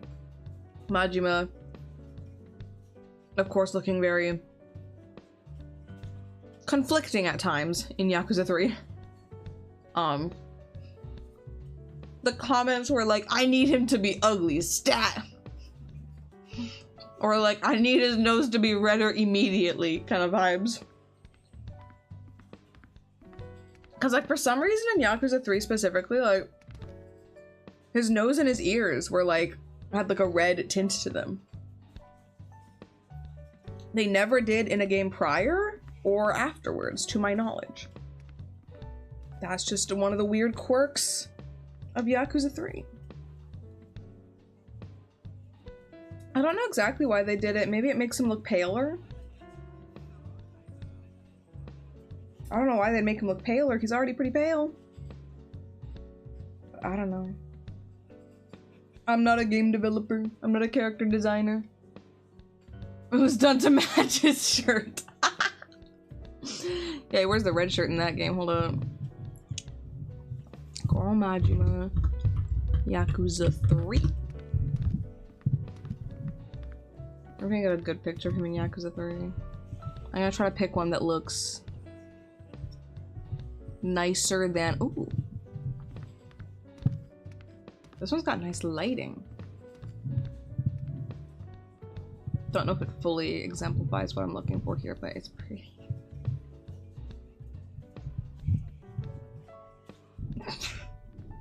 Dude, Yakuza 3, it could benefit from the remake. I'm opening some new tabs just for later.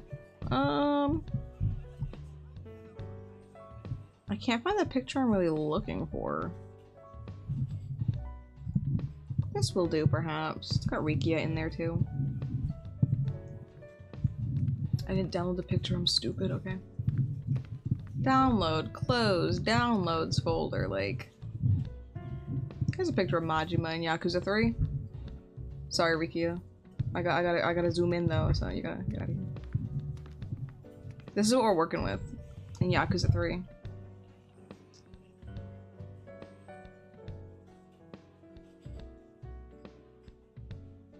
That was just like a part of Majima's model then. Not fully sure why.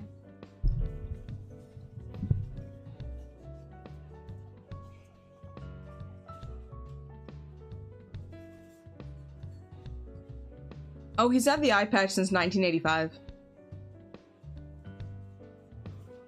We gotta go back to like pre-game. That's not what that means. In Yakuza 4, they do his little backstory of why he has an eye patch. I also found this picture while I was searching, totally unrelated. Just wanted to put that out. Just wanted to put that here. Just wanted to show you guys this.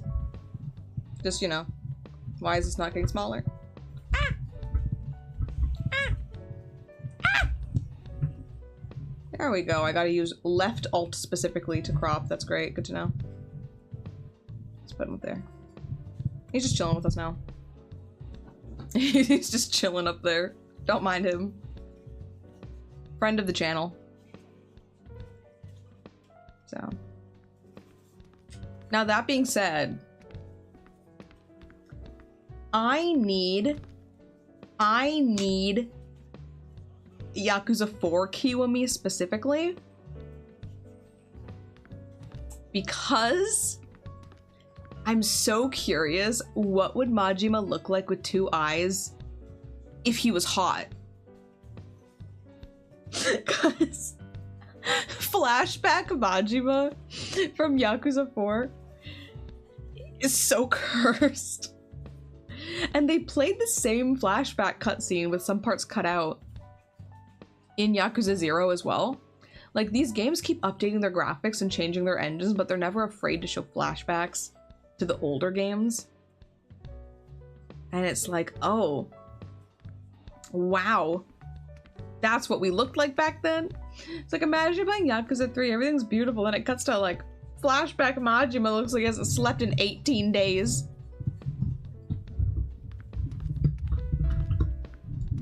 to show you what I'm talking about. Oh my god. He's so off-putting. He's so off-putting. No, every flashback in Yakuza Dead Souls goes from like PS3 game to PS2 game. And it's really weird. I gotta save this image to my computer. Ew. Okay, to be fair, flashback Majima in Yakuza 5 didn't look much better. Why was his arm was doing that weird thing? This weird ass face. Who looks like that? Who does that? But, you know, he did give me that melon. I gotta get the Majima Melon Monday picture. Hold on. Oh. Majima Melon Monday. Here we are.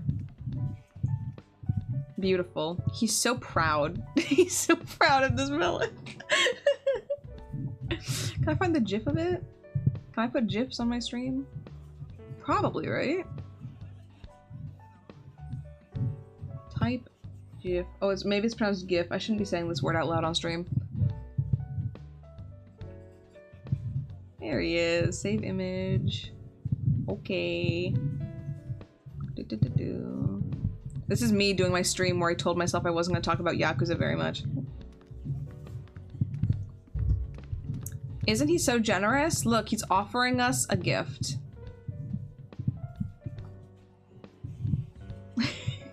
He's offering us a melon. He's very polite. Thank you, Majima. Thank you, Majima, for the melon.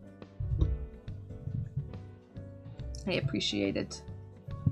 Maybe Shimano did this face card a favor. Damn.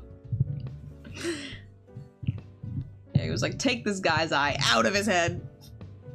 What a considerate young man.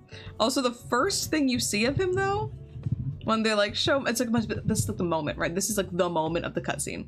This whole flashback cutscene is meant to be like, oh, we've never seen Majima's past before. So it's meant to be kind of like, oh my god, like here's what was happening in Majima's past. So the real shocker here is supposed to be, one, he looks younger, and two, he has 2 eyeballs attached to his head. And they hit you with this. They hit you with this. This should not be a... Why can't I do this? Picture, please. I want to see myself. Okay. This should not be allowed to happen. There should be something in place to prevent this. Like, huh? Is he okay? Is he on like 7 types of drugs? Like... I need them to remake Yakuza 4 so I can see that flashback, but like, that's like sexy Majima. If you played, sorry, if you played RGG Studios' most recent release, if you play the game Pirates in Hawaii, what's it called in English? Like, probably like a Dragon 8 Gaiden Yakuza Pirate Yakuza in Hawaii. If you play that game, within the first 30 minutes, like you're in chapter 1, Majima washes up on this beach. He's looking crazy, by the way. Like, his hair is longer. He's got longer bangs. I was looking very respectfully. And you're playing that game. He doesn't remember anything really about himself. So he's just like, no idea what's going on, where I am, who I am. And then he gets a situation where he's got to fight some people. At first, he's really freaked out about it. He's like, I don't want to fight these scary guys. Like, what do you mean? Eventually, he remembers how to fight because it's like, you know, muscle memory, it's coming back. He gets a small subset of little flashbacks and you see them and they hit you like instantly. Yakuza 4 flashback image. And it was so jarring. When I saw that in the game, I was like, oh. Like a 2-eyed Majima jump scare. So early on in the game. I was like, dang.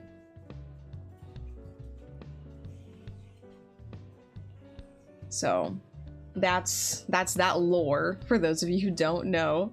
I was thinking about this too, and I know it sounds stupid, but like all these new gen fans just like Majima because he's Oh wait, mentally deranged is a trait of a Tumblr sexy man. Let me write that down. Mentally deranged. I'll also add morally gray, because while Majima seems to be a nice enough guy, he's also a ruthless Yakuza boss. So I'll add that in. But what was I saying? Yeah, they're like, oh my god, he's so like quirky. Oh my god, this quirky guy, he's so pretty. Do you know the hoops? Do you know the mental gymnastics I had to go through to play Yakuza 3 and be like, yeah, I still like Majima. I still think he's cute in his own way. And all these new gen fans have it so easy. Majima's been hot since day one for them. They don't play the old games. They're waiting for Kiyomi remakes. The real girlies know. The real Goro girlies know. Oh my god, I forgot what the monster tasted like and took another sip. It does taste blue, you know, that's the right flavor name. This might be like default monster flavor, maybe? Or maybe it's the first zero sugar flavor they made? Maybe the flavor's called zero sugar? My favorite monster is probably still peach zero sugar. Osusume desu. Recommend that one. God. No wait, Colossus out here with the scientific facts? Half the eyes means half the rest needed, exactly. So it's fine that he's plagued with flashbacks every night. It's fine. At least he was in the timeline of Zero, I think. Default monster's green though. Okay, but like I'm just looking at the the label color. It could be the same like liquid color. The liquid in this looks kind of greeny. Maybe this is the sugar-free version of the default flavor. If I sip it slowly throughout the day, it's not like I'm gonna have a heart attack. It's gonna like slowly release caffeine and maybe it'll make me focus better. We love self-medicating undiagnosed mental conditions. For legal reasons, that is a joke. No, they do have like regular green monsters here, I think. I just don't like to drink too many sugary drinks. I already had a lot of sugary drinks today. I had lemonade and fruits tea. So let's see. Moi Moi June says, as a Ryuji girl, it really feels like I'm eating cat food compared to the feeds that Goro Majima girlies get. Okay. Majima has the benefit of being a fan favorite character basically since the first game. In the first game, I feel like there's not very much to go off of with Majima's character. It's like he's... like, we have no idea what he's thinking exactly when he's doing these things. We're just meant to think, oh my god, he's crazy and dangerous. And both of those things are still true to an extent about Majima, now that we do know what he's thinking a bit better. But... yeah. Because, like, what did Majima do in the first game? Actually, that reminds me, recently on YouTube, I keep getting recommended this video series.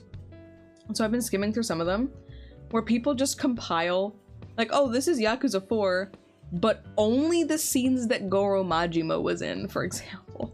And it's all the dialogue, all the fights, all the QTEs that he's in, all of the cutscenes that he's in. I think I watched the Yakuza 3 one, because I was looking for some... like, just to try to jog my memory of what happened in this one scene. Specifically, the first boss fight of the game. So I was like, oh, you know what? I'm gonna just, like, skim through the rest of this. Why not? So. Those are kind of cool. I gotta stop talking about Yakuza games. What the hell is wrong with me? What the hell is wrong? Monster at Disneyland is $6.25? I hope to God no one's buying those. My god.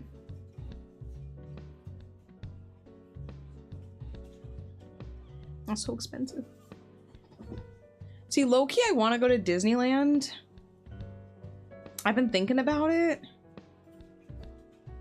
But It's expensive. So I haven't done it. I might go in March. Ooh, planning it that far in advance is kind of crazy. But I gotta decide too if I want to go to Disneyland or Disney Sea. And find a day when I'm free and my friends are free. And at the end of the day, maybe it's just worth it to save my money. I've been to Sea once and Land once. Both with very interesting groups of people. So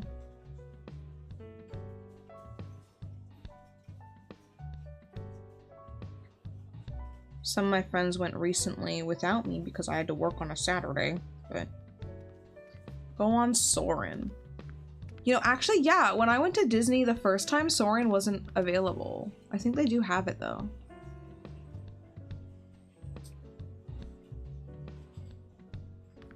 See, I've been to many Disney parks now, actually, surprisingly.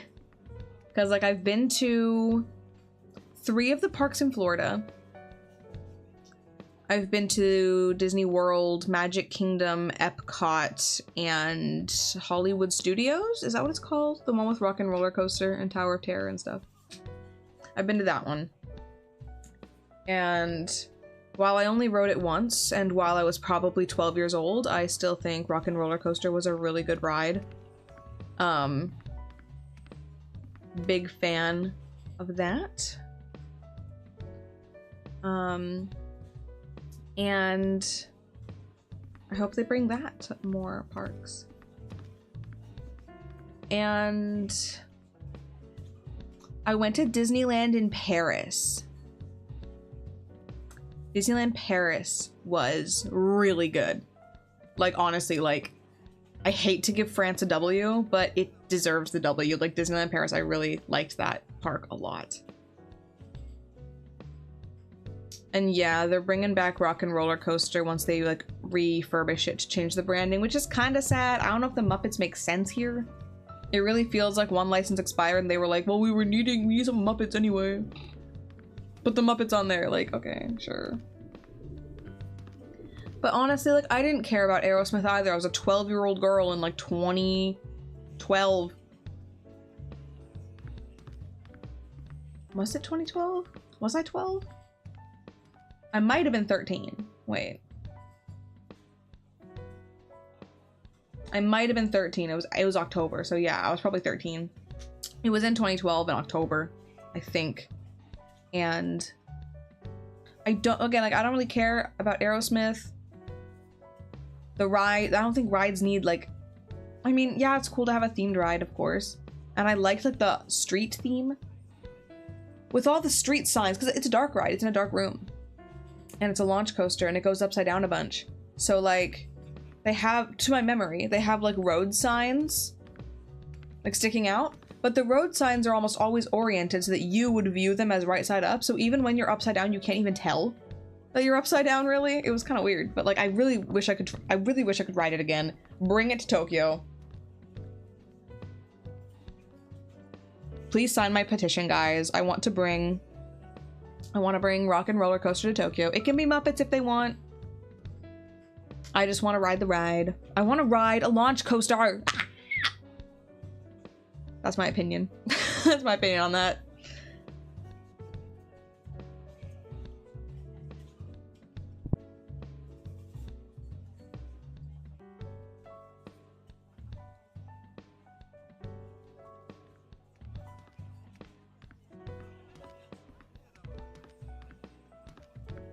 Okay. What I've heard about Disneyland Paris is that, like, it has 2 parks, and one of them is just shit. I think they're trying to make it better right now. But the regular Disneyland in Paris? Dude, Space Mountain in Paris is different than Space Mountain everywhere else. Their, like, equivalent of Tomorrowland is very much, like, I want to say steampunk future themed. So it's less like 50s future and more like steampunk future. And while I think I do prefer 50s future as an aesthetic, but it's cool that it's unique, I think. And then I like how like that was one of the, I think that was the first like full circuit launch coaster in the world, was Space Mountain in Euro Disney at the time. And that's really cool. I love launch coasters. And the ride was so intense. It goes upside down. It's like shaking you around. It's not like go up, down, woo, woo, turn around, go up, down, woo, woo. It was like crazy. And unfortunately, it was Star Wars themed when I went. I went like, what, like less than a year ago. But, so it had all the Star Wars theming. And I don't like Star Wars. I love Space Mountain and I hate Star Wars. So I'm really pissed off that they're adding all this stuff. They should have just made Space Mountain lore. You need to just paste something else onto there. Anyway. But I really like, the ride itself. The Star Wars theming wasn't too invasive for me, partially because like they were playing audio, they were playing dialogue on the ride, like there's like a speaker next to your ears, and there are people like talking to you, like blow up the ship or something, but like it was all French, so I didn't understand any of it. It was great. I have no idea what they're talking about, so it didn't really interrupt my ride experience too much. I could tune it out very easily. So I recommend that. But I recommend going to Paris because you can just tune out what everyone is saying. You don't have to listen to them. They're not even real, they're French.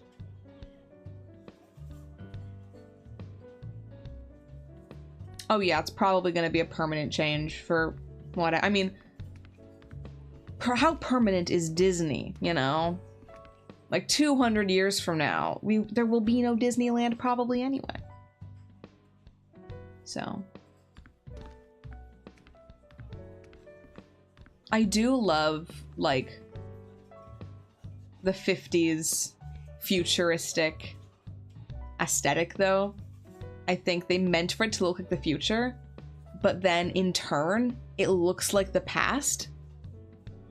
I think that's really cool. It's like all, I love like retro future. It's like it's accomplished the exact opposite of what they wanted it to, and I think that's kind of beautiful. I always say I'm not into history, but I love cultural remnants from the 20th century.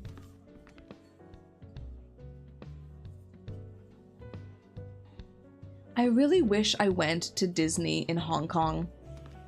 Like, I went to Hong Kong, if you guys remember, I think earlier this year, but we were only there for like a long weekend, so there really wasn't time to like go to Disneyland, and the people who I traveled with I don't think would want to go either. But dude, Defunct Land, dude, I love Defunct Land videos. See, I hate Disney and I don't watch Disney movies, and I don't like most of the Disney movies I have watched like significantly. I'm not like super into them. But I love the Disney theme parks, especially in the sense that I like the history behind them. Of, like, same thing, you know, like I like the unique things to Disney. Like I love the Haunted Mansion, I love the Space Mountain, I love the what's another like original ride? It's on the tip of my tongue. Like Pirates of the Caribbean, like those kind of rides are really cool, I think.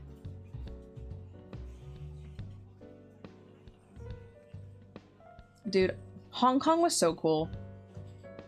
Like, I want to go there again for a longer period of time than just one weekend, if possible. Honestly, I wouldn't mind living in Hong Kong. I don't know if I could do that forever, but I could definitely see myself living in Hong Kong for a year. Quite easily. The vibes were kind of good. The vibes were kind of good. Dude, the Defunct Land video about Fast Pass like changed my life.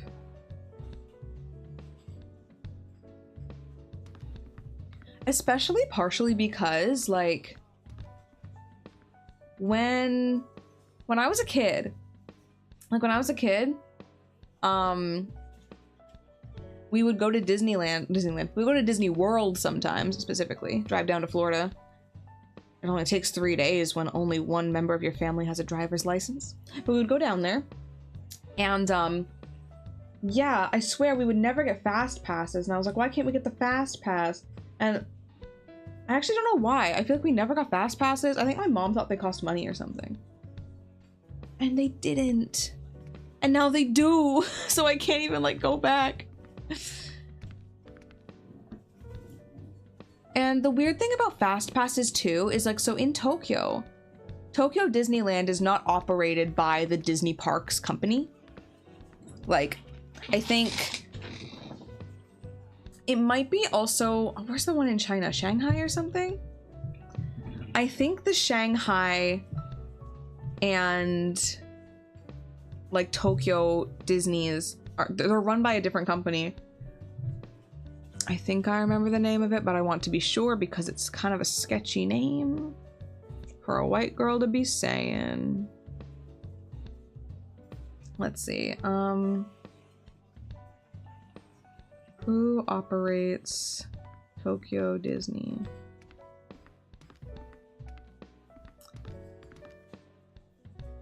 The Oriental Land Company, a subsidiary of Keisei Electric Railway. I didn't know it was fucking Keisei Train Company runs Disneyland under the name Oriental Land Company. So because of that, they have a lot of like different things. Like, I think the fast pass system is different. So like, you can get fast passes for free, but not for the popular rides.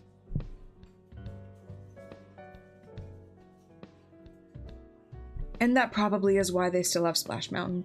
To be fair, I think they should remake Splash Mountain. Partially, like, again, the history of it really does like speak to me because I do like old Disney stuff.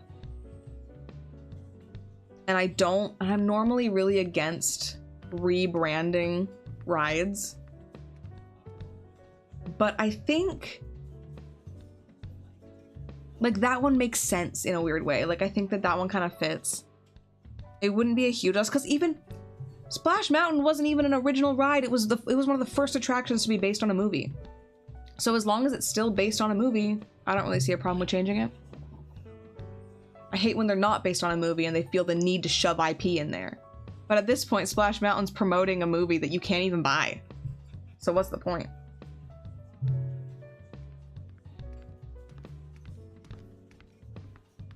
Oh yeah, they got the magic bands.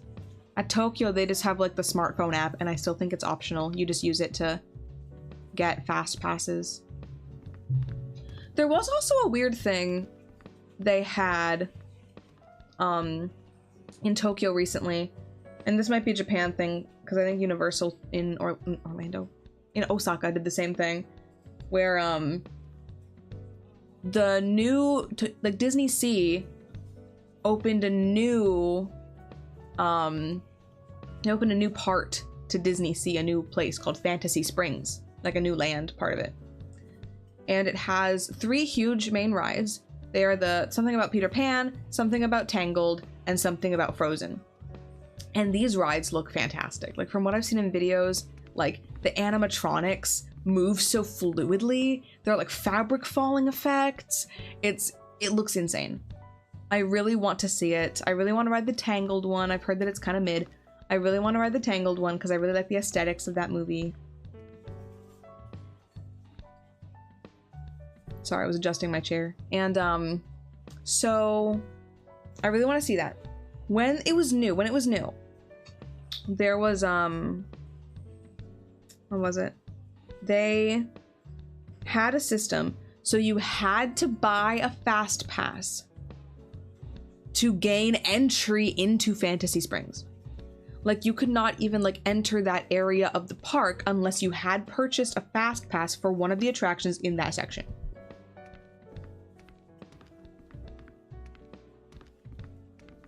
So during that time, I was kind of like, it seems stressful to buy tickets because you can't buy the fast pass in advance.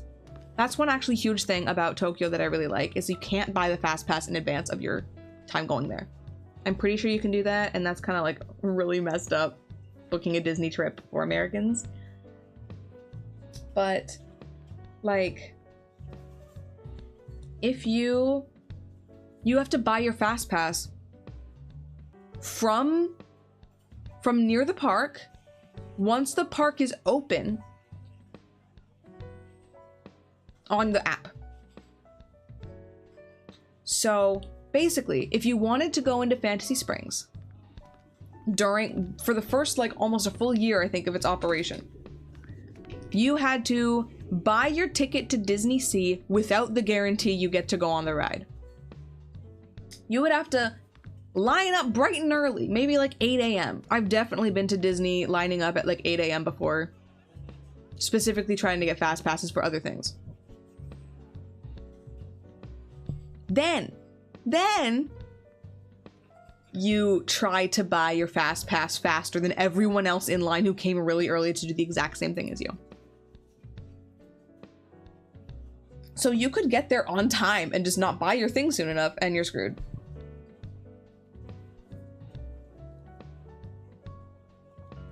So I just refuse to kind of go to Disney during that time because I want to go to Fantasy Springs.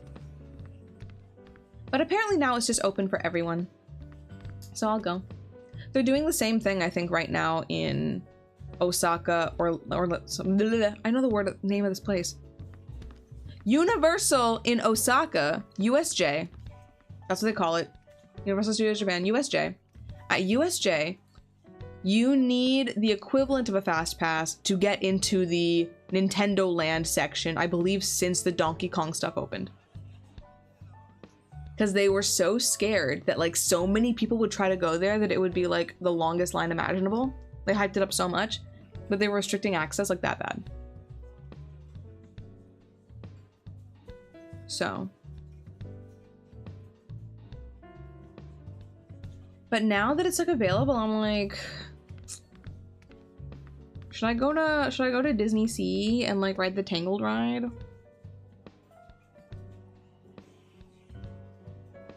And because it's a different company, I think it's exclusive to Tokyo, if I recall correctly. So I kind of want to go there and do that. Because again, like, I'm not a fan of Frozen, but like Peter Pan is an OG. I love the original Peter Pan ride, honestly. Even though I've never seen Peter Pan, I know enough about the story to know what's going on in the ride. And I love that ride, even though it's really old. And the Tokyo version of it is like a 1-to-1 recreation, so it also is a little janky in how the ride is, and like how the visual effects are made is like exactly the same. But I love it so much. If they close that ride, I'll be so sad. And I haven't seen Tangled like since it came out, I think. But like honestly, people like it so much, and I've heard like a lot of the students I work with are talking more about it recently. Like someone did a project about it, and it made me think like, damn, I kind of want to watch Tangled again. Like as an adult, like how would I view it?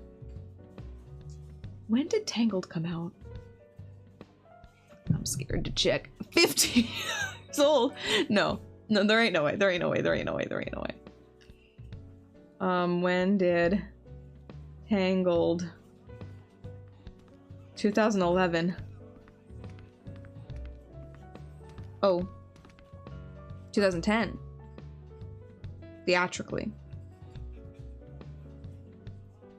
I actually don't remember if I saw it in theaters or not. So 2010 or 11. Whoops.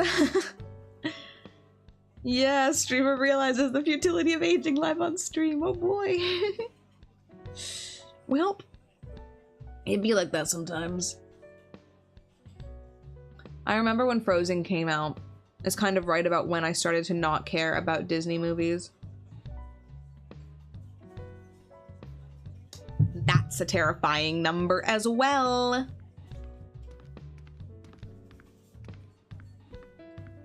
The only trouble is I'm not getting Disney Plus to watch Tangled, so Disney is not getting a penny. Disney ain't getting a single yenny of my money for streaming movies.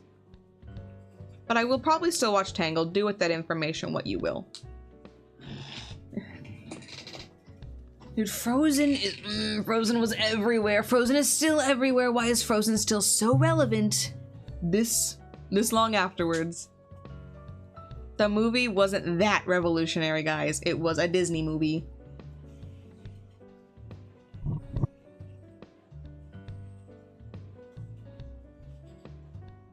Yeah, I think I had a cousin at the perfect age for Frozen as well, but we ain't that close. Both movies are good. I think I only saw Frozen once, if I'm being honest, but I don't remember being like, oh wow, amazing. But they're making Frozen 3, so Frozen will never die. At least they're not remaking it yet. When they remake Frozen, just take me out. Take me out back. Put me down. It's over for me. Like, I can't. I don't think I could handle that. When the Frozen, like, remake comes out. I mean, they could get away doing a live-action remake and that would be okay, but when they start being like, oh, Frozen is too old now, I would just don't let me. Live-action Frozen with The Rock as... Oh. How old is The Rock? That's gonna give a timeline on how long that could happen. Frozen is so huge, like, even, like, here in Japan, too, like... I think it's because they're running the musical right now, maybe. Because, like, my students went to see that musical recently. I think a lot of schools did field trips. They normally go on a field trip to watch a play, like, once or twice a year. And it was Frozen this time.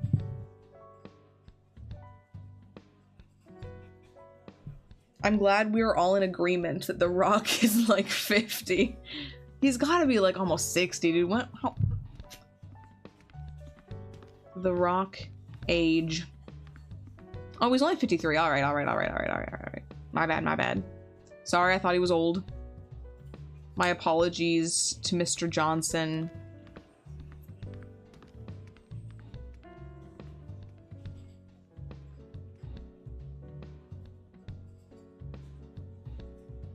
Wait, hold up. I'm reading a Discord message that I was sent of quite a long time ago. Hold up. First off, have y'all heard of Sexypedia?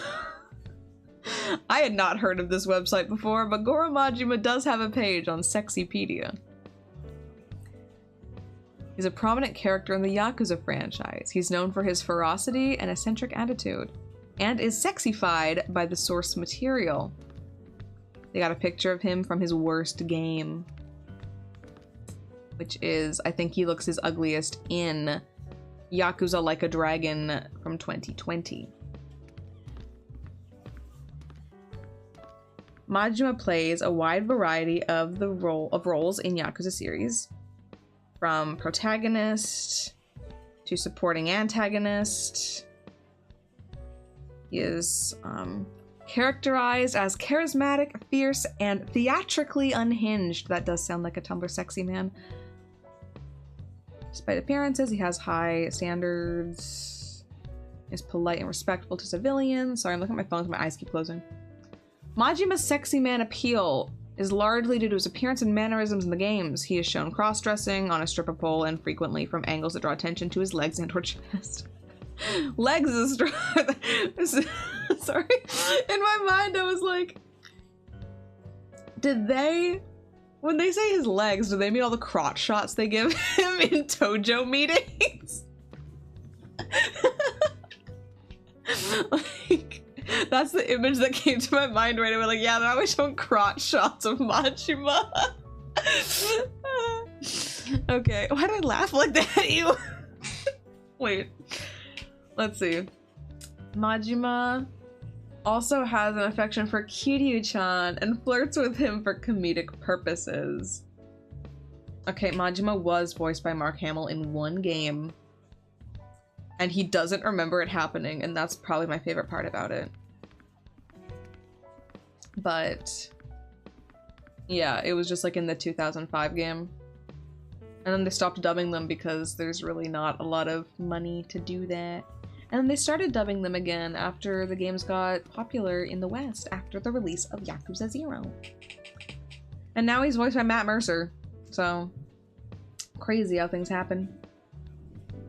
Archetypes. Tumblr sexy man archetypes of Goro Majima. Chaos Lord. Who made that a word? DILF! That's a... I suppose he was in fact born in 1964. Divorced! Oh, is that Tumblr? Spoilers for Yakuza 5. Is divorce a trait of a Tumblr sexy man? Like, damn. This would-be DILF is divorced. Okay. Eye imagery. Is this a Bill Cipher reference? Eye imagery. John locked. Oh boy. It's for shipping potential. Knife murder. He does have a tanto. It is similar to a knife. Questionable LGBT rep. Oh my god. Oh my god. Yeah, Date is still voiced by Goofy. That's huge. I heard him in the trailer. I also love that Kei-san voices herself in both versions. I also we learned on my stream that Kaho, Shibuya Kaho, is also in the Pirate Yakuza game as a sub-story, and then like in the live-action part with like Masaru being on a dating program. We didn't get that far in the sub-story. Definitely check that out on YouTube or whatever, or buy the game. And she also voiced herself in English and Japanese, I learned. Okay, let's see. Suit guy. He has a few suit outfits. He's yeah. Japanese men tend to wear suits. He's tall, canonically 6'1". Technically antagonist. He has an antagonistic force in Yakuza Kiwami. That's a crazy sentence. This is Yakuza 1. He felt less of an antagonist in Kiwami than he did in the original, but that's fine. They missed all the traits that we came up with, though. We came up with purple and pale. They had the rest of them. But, you know, we had two extra. We had color-based. We had color theory on our side.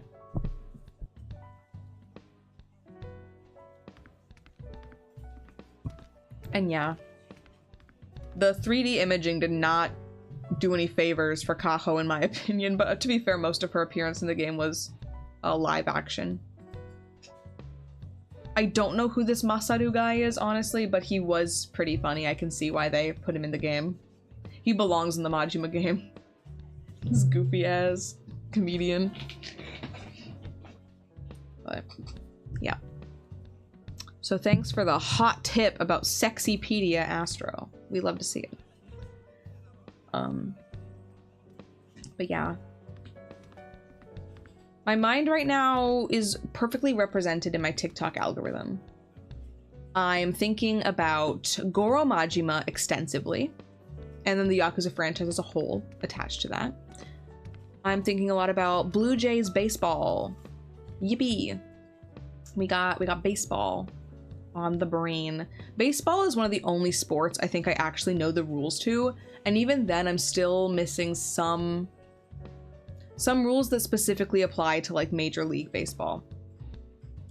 Today I was Googling, my recent Google search history includes, what is a bullpen in baseball? Like, what is that about? Why are there so, and then I had to follow up search. Like, what do they call it? I don't even remember. What is a relief pitcher? I'm still not sure why relief pitchers are different from regular pitchers that you can just like switch out. But the World Series has been crazy so far. That first game blew me away. I talked about it a bit earlier, so I can't go super into it. But this guy in Toronto going from playing at the lowest level of basically a professional baseball within 7 months, starting pitcher at the World Series is kind of crazy. It was amazing to see him strike out Ohtani first at bat. That I was like, damn, maybe the Jays do got a shot here. So I am watching that cautiously optimistically. If anything, I just love seeing Toronto being happy. I'm not there at the moment, but I'm there in spirit and on TikTok because I see all the TikToks about it. Recently on TikTok, there's been this weird phenomenon of like Matthew Morrison is doing like a show. He shows a show. I don't know what he's doing. The tickets were really cheap, like $25 apparently, and so people are kind of just going to this event, and it's really funny because you know he's the guy from Glee, and he's so weird and cringe, and people are sitting in the front row and laughing at him, but how can they help themselves? He's doing crazy stuff. And so now I'm getting Glee TikToks. I'm like, no, I'm here for TikToks making fun of the Matthew Morrison concert. I don't want to get sucked into Glee TikTok, even though he was on Glee and he's singing songs that were on Glee. But, wait, relief are meant and best at a specific part of the game. Okay, has a lot to do with how good they are taking a certain number of pitches. Same thing with guys. Or just closers too. Interesting, interesting. Interesting. See, I don't have the luxury of watching a real broadcast of this game. I follow the stats on Google for like basic like who's winning stuff, but yeah, in Japan it's kind of hard. I can't watch it on like TV. I don't have TV. I can't really watch it on YouTube anywhere because like I don't think any of the YouTube channels in my region can really stream those. Today I got lucky and I found a guy on TikTok who was streaming the Canadian broadcast and then like his like reaction on the top half of the screen on TikTok. So I was watching today's game that way by watching someone stream it on TikTok, probably illegally. But yeah, I'm probably going to be at work based on timing for most of the games in the series. So, doing my best.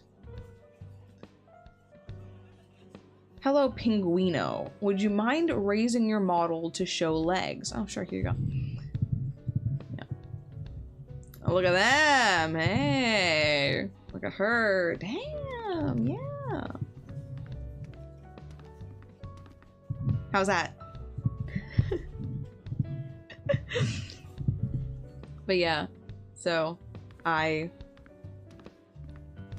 don't know much of what's gonna happen or how I'm gonna watch it, but I'm gonna do my best. I'll check in on the stats for sure, because like I learned Google has this cool thing. I'm not normally into following sports, so I go onto Google. Like you can just go on Google and type in like a sports team or a sports game and it'll show you the live statistics, and there's a little button that's like pin this or whatever to your screen. So I do that and it keeps the widget on the side of my screen all the time. So I can like, you know, watch like the stats that way while I'm doing whatever else on my phone. So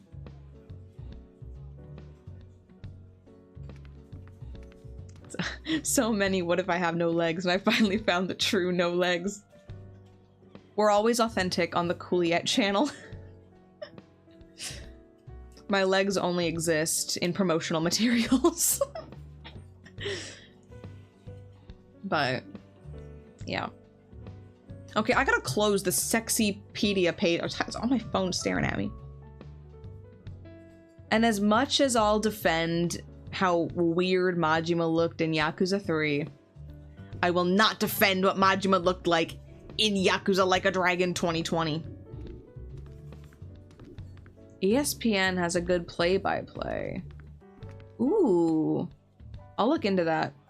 I don't have access to my VPN right now because PC shenanigans. I don't know.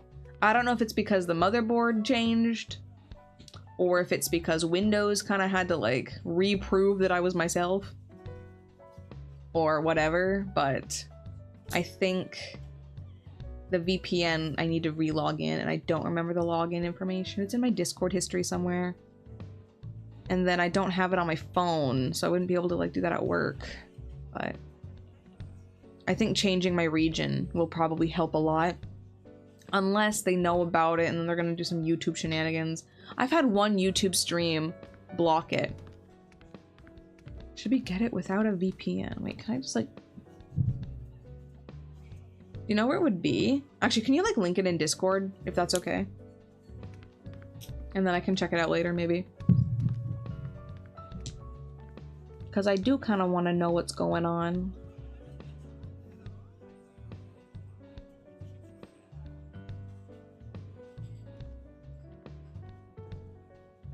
Interesting, interesting. I don't use the school Wi-Fi, so I have even better odds, but yeah.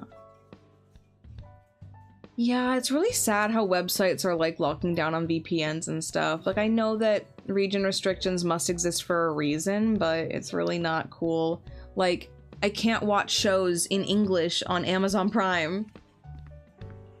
Like, if I were watching, for example, if I wanted to watch anime on Amazon Prime and I was in Canada, I could watch it with subtitles. In Japan, I can't watch it with subtitles. So I can only watch and only understand half of it, or I can only watch media that was like made in English first. So that's probably why I started watching like Young Sheldon. Like, I gotta watch things that are made in America now. That's why I'm watching House at the moment. That's the other thing my TikTok is posting about a lot. I'm seeing a lot of posts about House. I'm in the middle of season 3, I believe. So. Shoutouts to House MD. Or as they call it in Japan, Dr. House. So, I'm watching a lot of Dr. House these days. It's really funny because they got like, the subtitles are burned in. So I'm watching it with Japanese subtitles. It's burned in. Okay, I'm not at House's head in Wilson's heart, okay? I know the series kind of goes downhill after a while, but I gotta at least get through there.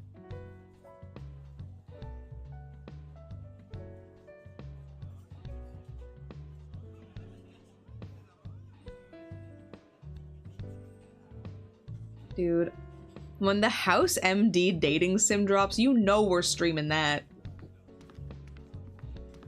Okay, I'm not reading the subtitles.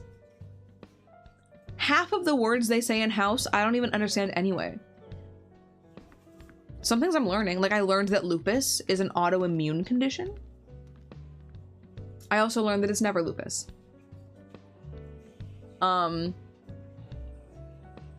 But you know, for example, I don't think I need to know the Japanese for echocardiogram.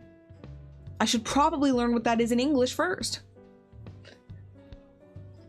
So, I wonder if there's updates on the House dating sim. Who would I date first in the House dating sim? Oh my god, I don't know. I don't know. I don't know. Let me see.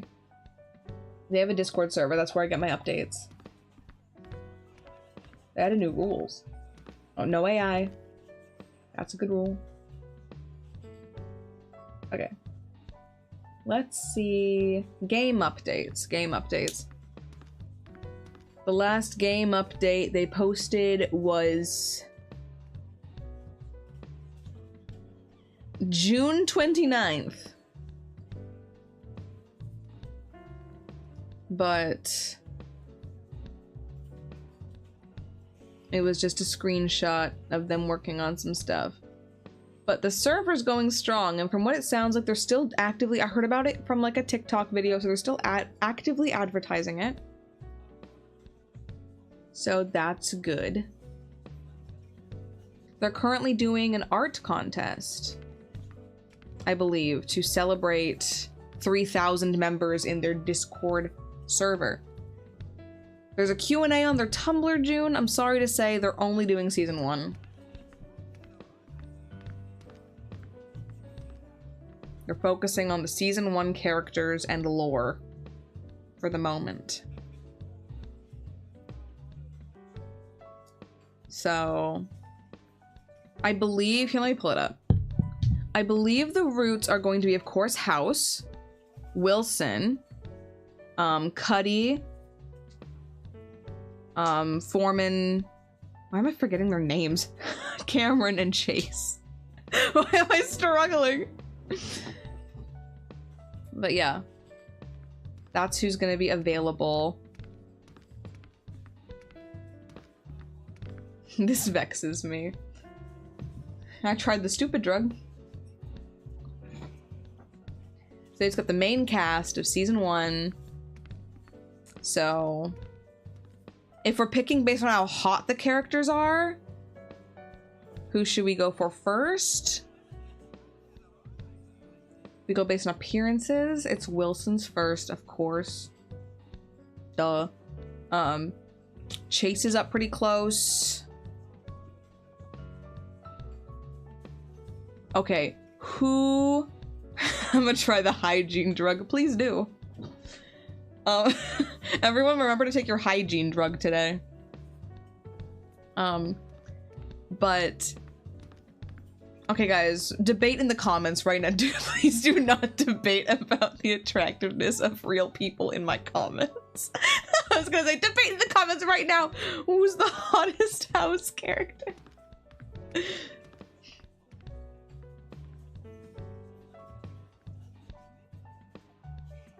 I'm thinking Cuddy's route might be fun. I think we should date Cuddy on stream. That'll kill him. More mouse bites. Damn. I too am in this episode. I too am in this live stream. I love TikTok comments on House memes because there's always this, like, someone's username will be like Wilson or something, or they'll have that picture, or they'll be like, I too am in this comment section. It's like, oh wow, Wilson's in this comment section.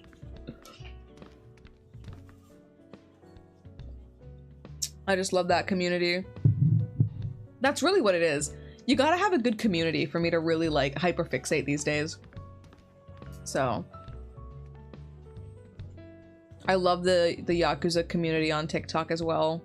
The Yakuza community, I feel like you could chart into 4 categories. Like the political compass. Political compass of Yakuza fans. The House fans all fall into the same category, which is that meme creates everything. But like, I want to be the patient that gets the mouse bites in Romance House. I'm sure you do. I'm sure you do. But no, Yakuza fans, you can chart into like a political compass of charts, being like chillin' goofy versus takes it too seriously versus women and men. Or maybe more specifically, people who are attracted to men versus people who are attracted to women, because I do think that's potentially important. Or maybe the category is just straight guys versus everyone else. I don't know very many, or at least don't know of online many lesbian Yakuza fans I can hear the opinions of to be able to categorize them into one side or the other. But yeah, I think there are some fans who like take it way too seriously, who are like, for example, there's an issue of Daigo. Daigo is gay, and people will either agree with you or disagree with you strongly. No one says maybe Daigo's gay or maybe he's a little weird. No. It's one or the other. So there's that axis. And the other axis is like, do you care about, like, what do you care about? Are you like, oh, the combat, the guys are so cool because like I'm a straight man, want to be them? Or is it like, oh my god, that's literally Goro Matsuma, oh my god. You know, do you want them or do you want to be them? Type vibe. Can also divide some people. The MHA fandom is shipper daughter versus power scaler son. Oh no! That's why I'm never watching that anime. That's why I'm never watching that anime.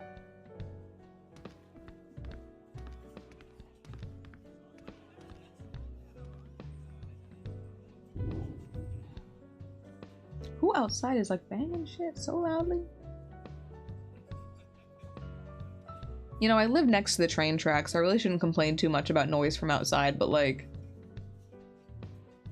I need my neighbors to shut up. I say as if I haven't been like loudly yapping for 2 hours and 40 minutes. But yeah.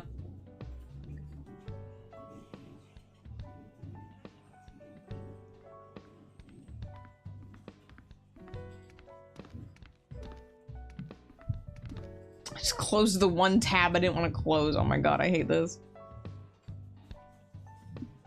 But yeah, if any of y'all ever want to talk to me about baseball, House, or Yakuza, oh my god! Do I want to do that? As you can tell from this stream, oh my lord. But yeah, I recently...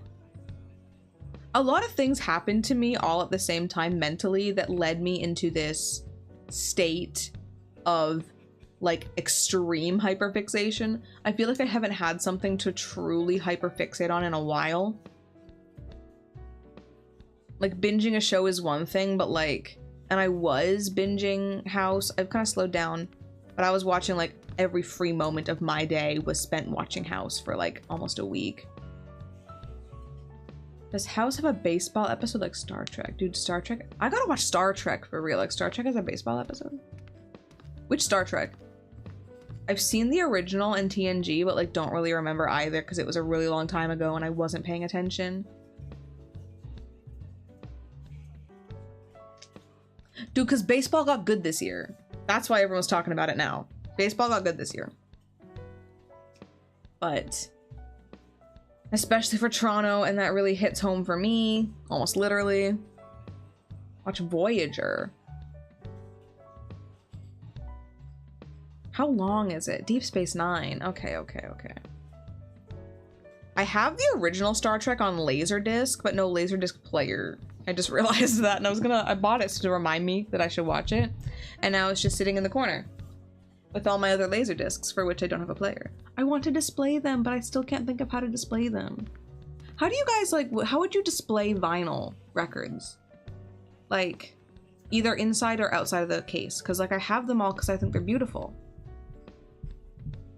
But I want to... yeah, I want to display them somehow. DS9's captain was obsessed with baseball. Okay. See, again, I'm loving baseball. I love talking about baseball. I don't know if I want someone who, like, their personality is baseball. But...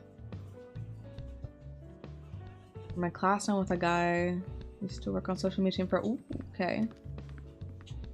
Dude, honestly... the only this is so sad. Do you know how much the Yakuza games have influenced my life? No wonder why everything leads back to there. Like... I only know, like, the rules of, like, more intricate rules of baseball because I played the baseball side story in Yakuza 6. Like, that's how I know what a designated hitter is. That's how I know, like, how to strategically, like, make a lineup. That's so messed up. That's so messed up. I mean, and of course, like, growing up, I've been to Blue Jays games, but I love going to games, of course. It was always fun. It's like a social event, you know? It's like a fun little change of scenery. This first 4 Trek shows, some peak sci-fi, OG's 3 seasons, TNG. Oh my god, they got so long! 7 seasons! I can't commit to that. But... can do my best.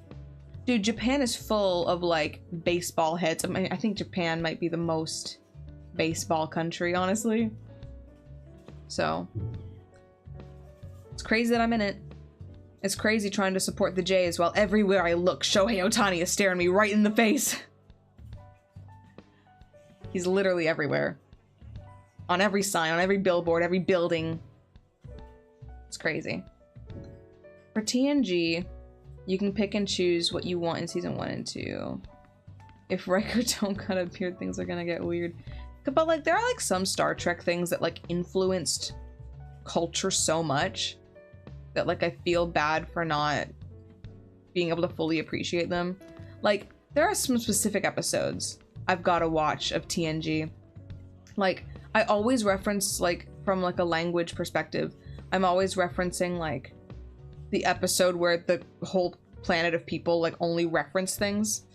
I'm always referencing the thing where the guys reference things, and they, like, communicate through, like, stories and morals and stuff like that. And I think that's really cool from a linguistic standpoint, so I should, like, watch it again to fully remember all the nuance of what I'm talking about when I bring it up. I really want to watch... what was it? I really want to watch the episode where Geordi falls in love with the AI woman, because that seems very relevant to today's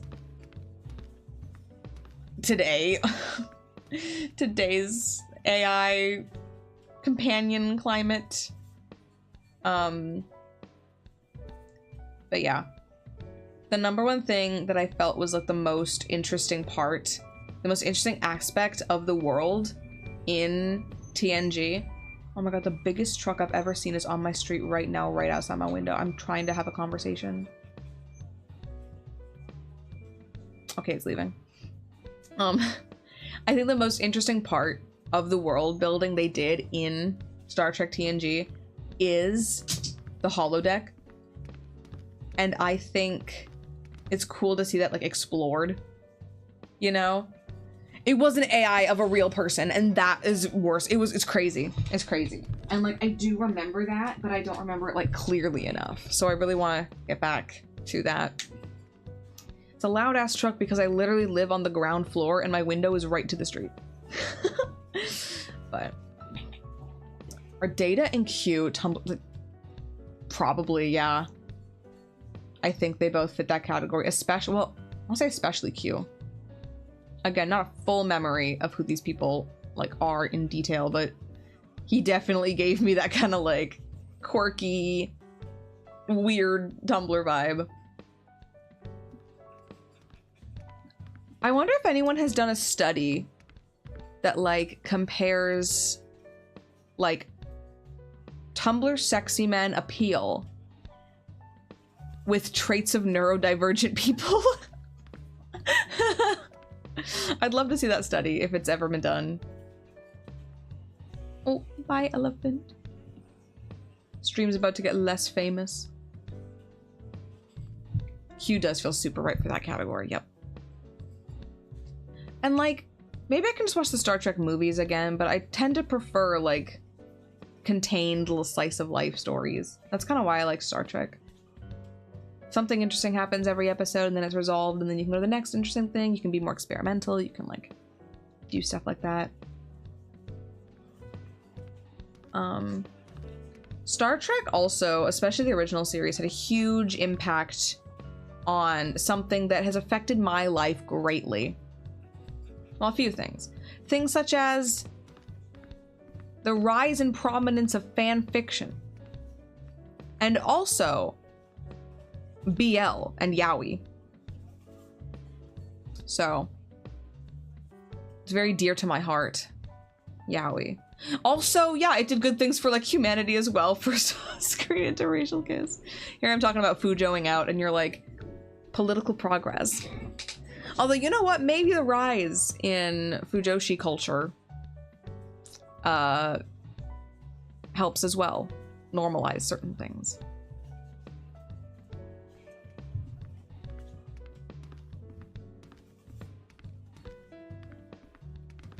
Yeah, I think Star Trek is, like, one of America's most...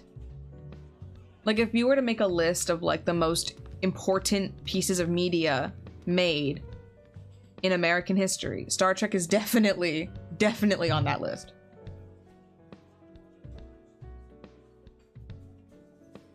The original series for sure. Maybe to an extent TNG. But, like, the other ones can't be that important because, like, I rarely hear people talk about them. And I've never seen them, so they can't be that important.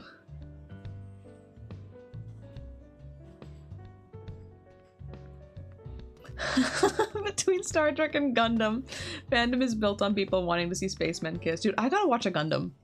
I've never seen a Gundam. I think the two that are like I'm interested in were Gundam Seed and Gundam Wing. Are the two Gundams I wanted to watch and never did. DS9 is just loved by DS9 fans. I guess that checks out. Wing is better? I was gonna watch them because of like art style and voice cast, so let me look up Gundam Wing. Go to BTVA.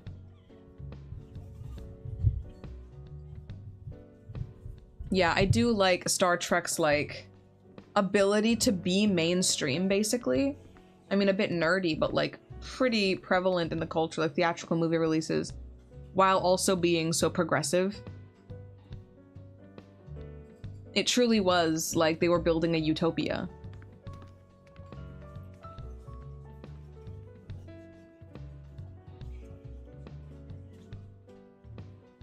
Oh my god, Gundam Wing's got Brad Swale in it.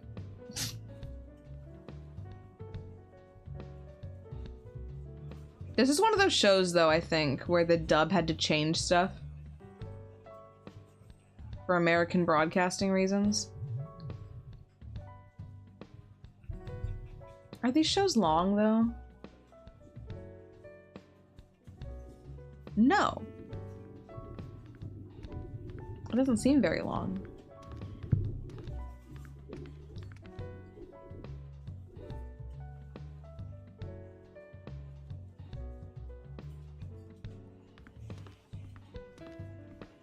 $49 episodes. That's not terrible, honestly. I thought it was gonna be like 200 or something. Damn, they really are like half a year to a year. Shit. I should have been watching them years ago.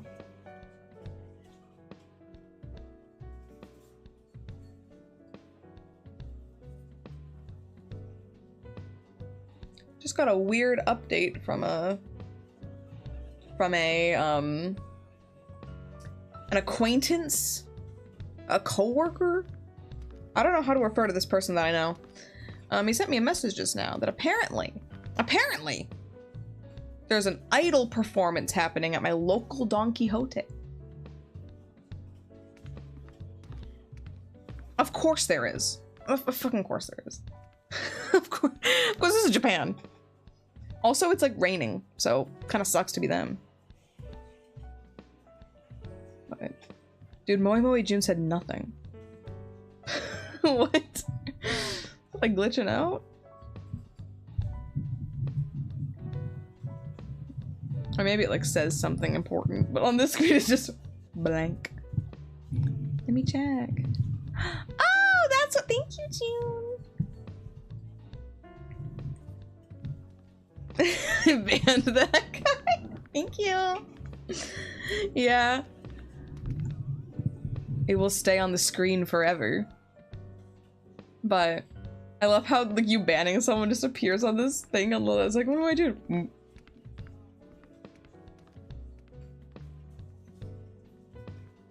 But you weren't silenced. You were silencing.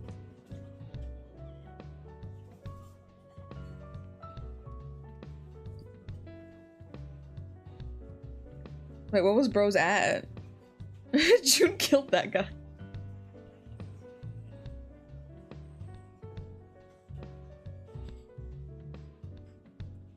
When you ban someone on YouTube, can they still watch and just not chat, or I don't even know what happens.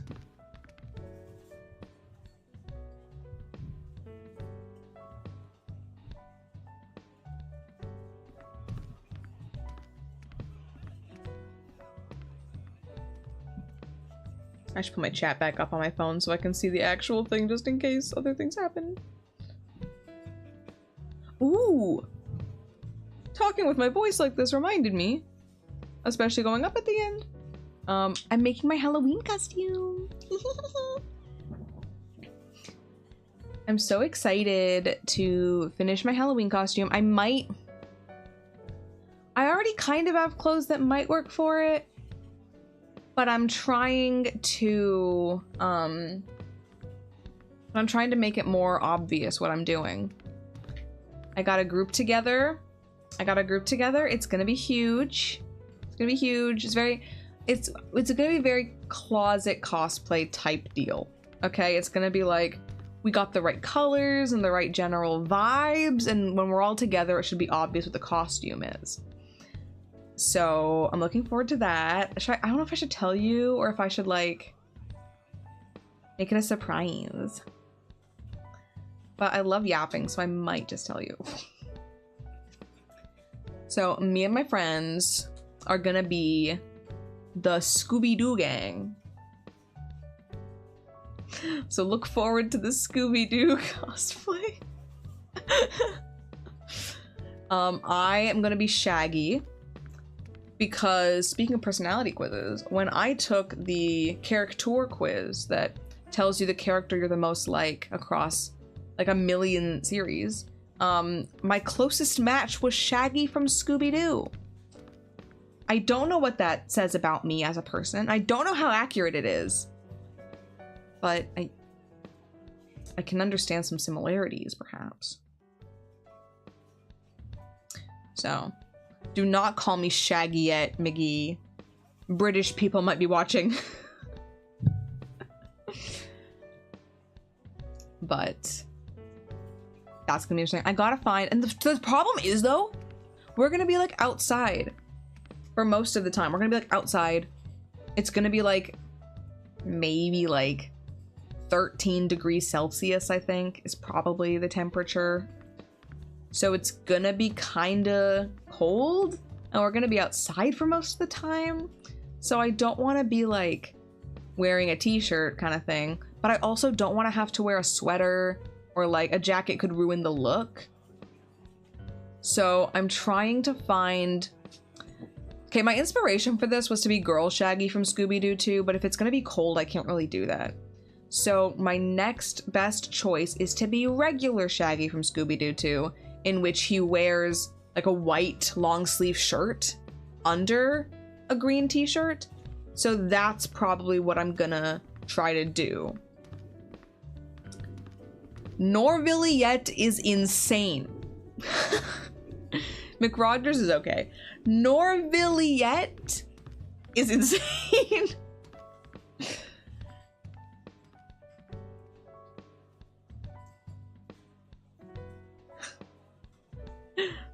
Wait, so I'm Shaggy coded and she's Scooby coded. Interesting, interesting. I'll do the caricature again when I eventually do personality quiz streaming. Third idea, buff Shaggy from Scooby-Doo too. See, in that case, I'm missing like the muscles part. So originally I said I wanted to be Shaggy for Halloween as a joke, but then when I went to buy online the costume I actually wanted, it was like, this will ship on November 7th. I'm like, that's too late. So I'm doing Scooby-Doo. And I got some friends to help me with it. So we got the whole gang, hopefully.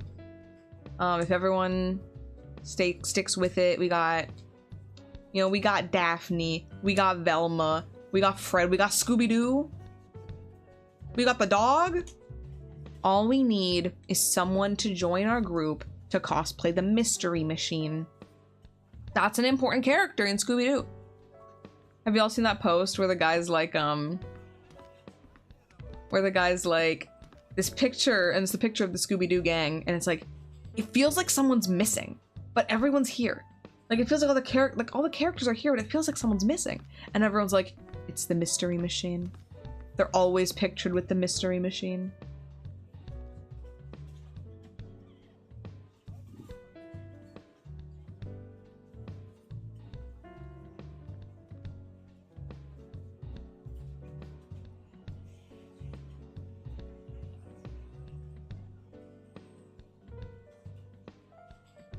What do you mean by you can be a deadbeat?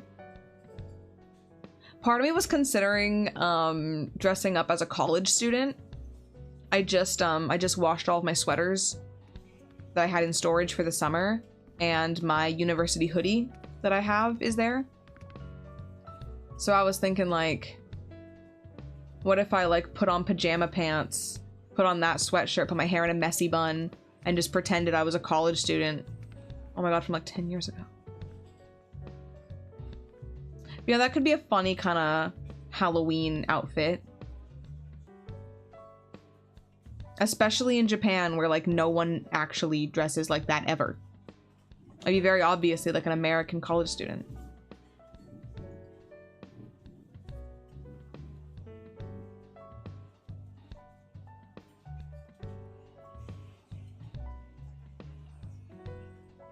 I'm like classic Scrappy, where he was written by people who actually liked him. Damn.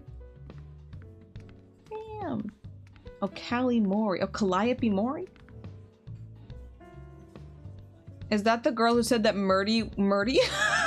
Wait. Was that the girl that said murder was so fucking kawaii? Kawaii-ne?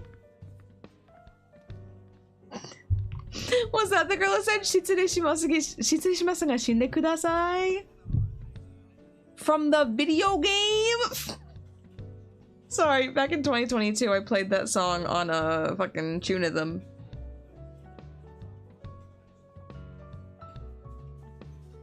I know some things about Callie. Like, she really wanted to stream Persona 3. Did she ever stream Persona 3 Reload? They finally gave her what she wanted after all those years. I do like her character design a lot. If you couldn't tell, I like pastel colors such as pink with black accents.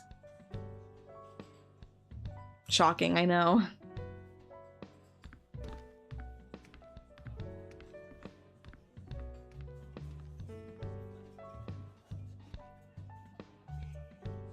They got her perms. Because I think they wouldn't give her permissions for, like, the older games. If they made a newer game, it would be easier. But... wait. Dude, wait, what does her outfit look like? Like, what is she dressing like? Hold up. Oh. I went to close a tab I wasn't using, but I'm like, I might be using this tab later. Like, hold up. I'm gonna show you the tab I just saw. We're back on this. I promise I'll stop after this. I had this image open in a new tab, like I'm saving it for later. I'm like, ooh. Ooh. But, anyway. I'm looking for... I don't know how to spell Calliope Mori. Okay. Images. Damn. I didn't realize her game. And by game, I mean... I'm no better than a man. I am no better than a man.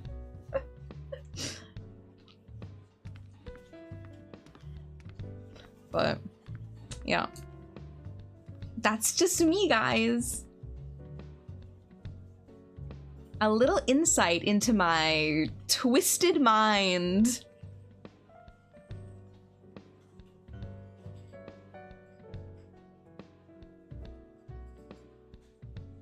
No, she got them Titas low-key. Yeah, no, for real.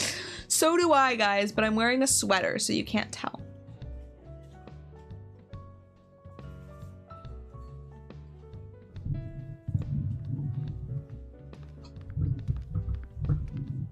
Let me like look for a bit.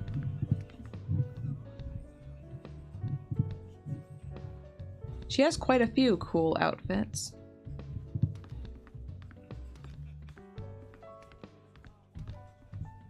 This fan art's got some fucking crazy underboob. Oh my god. Oh my god.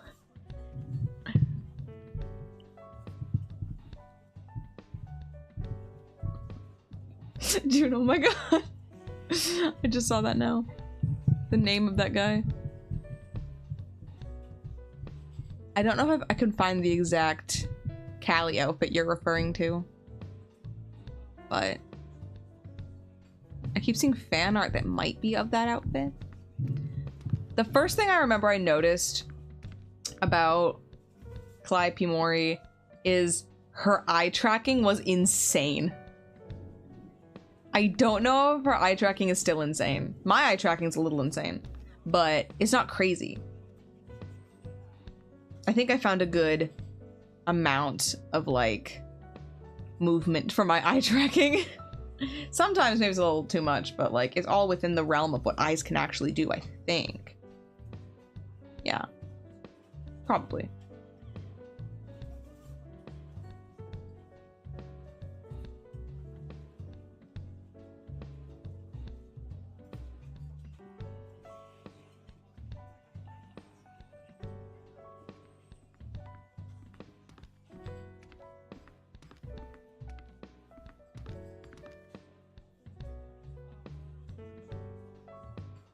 Yeah, that's true. She had a lot of screens she was looking at. Like if it was me, I'd have like if there's a screen up there, screen over there. Normally I have my screen over here, like in this direction, but I haven't set it up yet with the new PC. Literally, I got the new PC on Friday evening, set it up just enough. I did some work on like some behind the scenes work for this stuff, and then I went to sleep pretty late actually. I woke up and did something yesterday in the early afternoon. And then I ended up staying out the whole night. And then I got back today and streamed. So I haven't set up my other screen. I don't even like my other screen. But we gotta make it work. Because I can't afford another screen. And today I'm looking, my phone is over here. So like I'm seeing chat and Discord stuff over here. But yeah.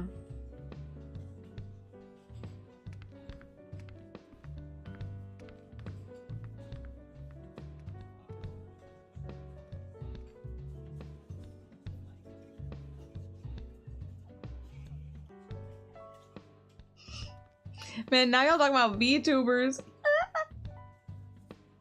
Sorry, I don't even like actively watch live streamers anymore, so I'm a little behind on some VTubing stuff. And the clips aren't getting recommended to me anymore, so I kind of fell out of it. There are a few VTubers though I should probably find some good clip channels for, catch up on. I still see some Iron Mouse clips because they get like really popular. So they like, you know, they'll come up every now and then, especially with the stuff she recently said about the convention. The VTuber with the scythe might be Calliope Mori, who we were just talking about with the pink hair. Let me look up who Crony is really quick. Oh! I love this character design, I will say. Oh my god, empty with the ew-ew? No, sorry. No, I love, like, Crony looks super cute. I will give her that. I have never seen one of her streams. I've seen a stream because like June used to watch her on the family PC sometimes.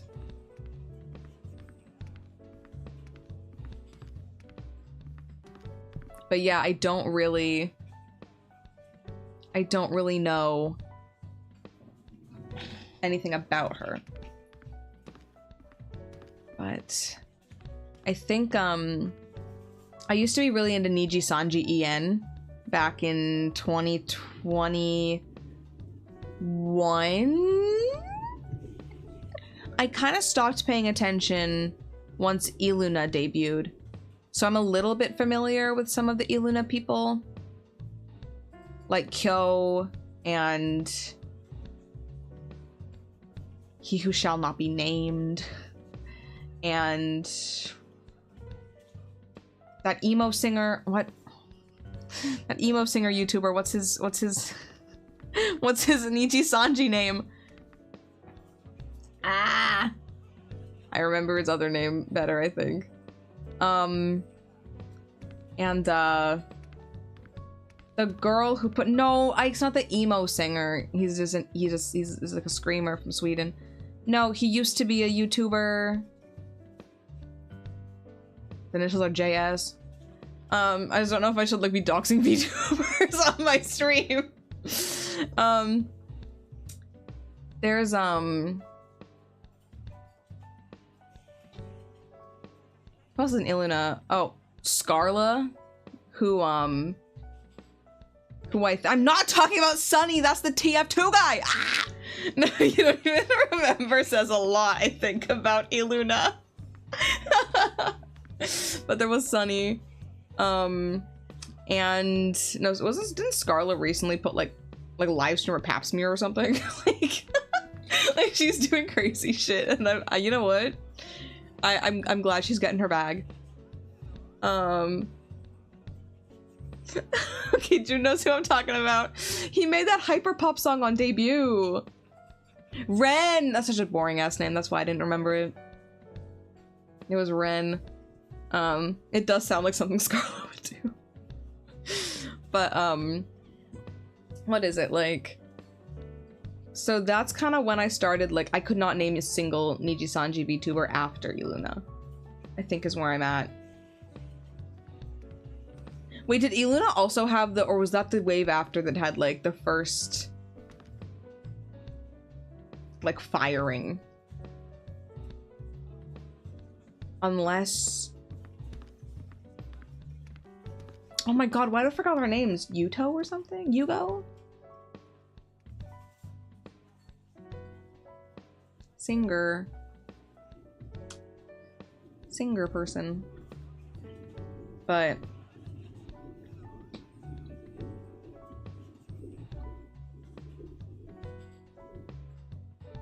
there was a very controversial person, but I'm not sure if they were Iluna or post Iluna. No, wait. Which one's Exolier? Who is Team Snakebite?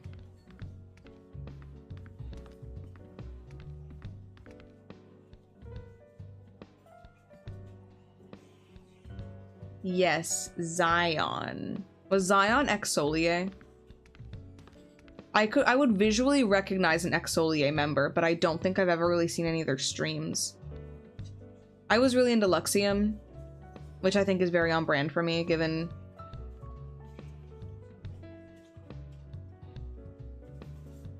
you know.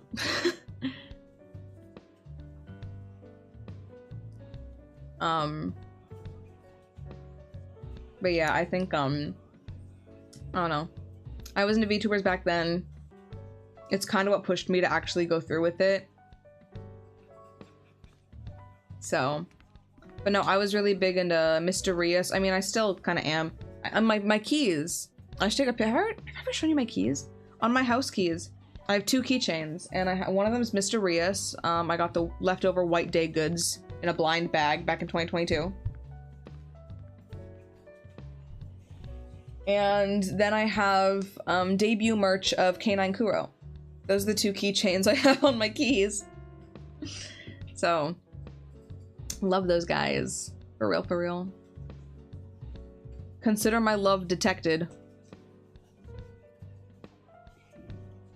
And then, also fan of, like, Luca Kaneshiro. Haven't watched a stream in a long-ass time, of course.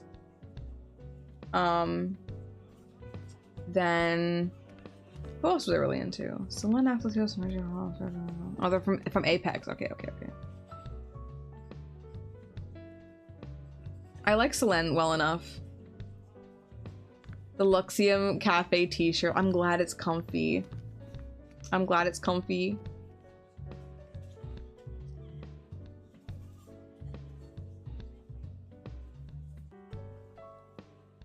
What else? Who else was I really into back then? Whose streams did I like? Finana. I used to watch a lot of Finana's, like, clips. Feels like explaining Dream SMP, but for people who know what idols are.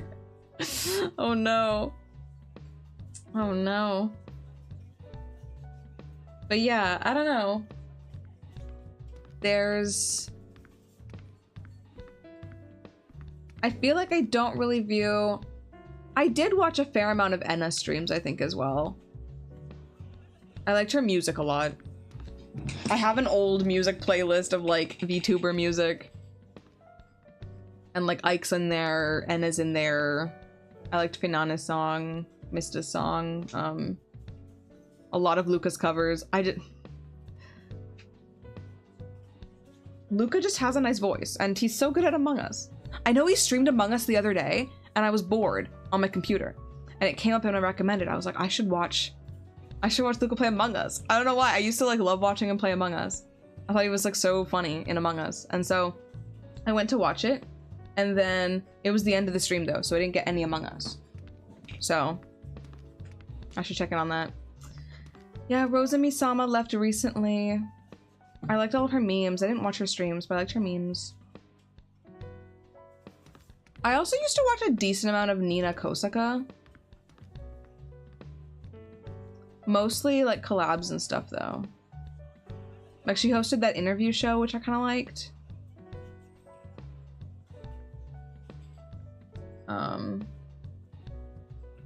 Who else in Niji Sanji was I into?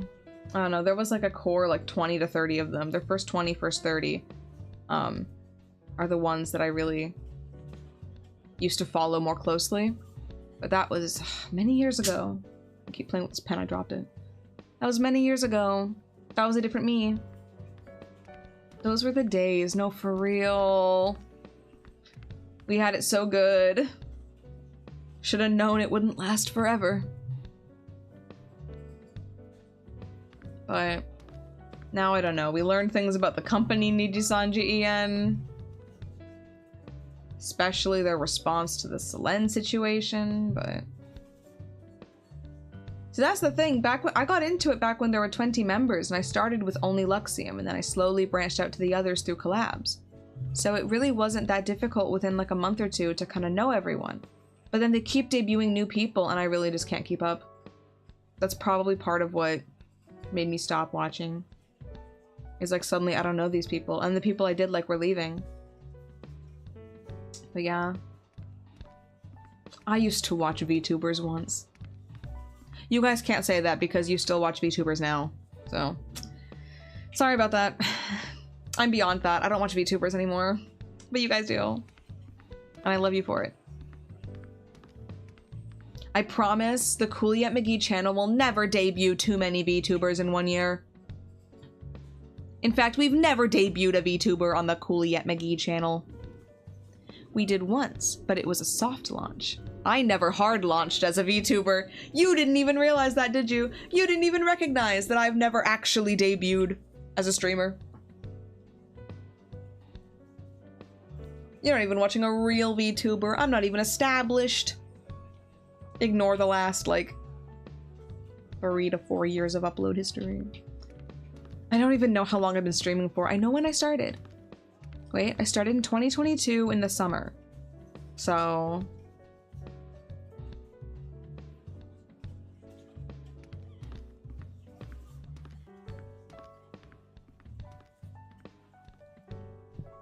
I don't know why I'm struggling to focus. It could be the caffeine. It could be the caffeine from this disgusting monster. Actually, it can't be. I've drank less than half of this.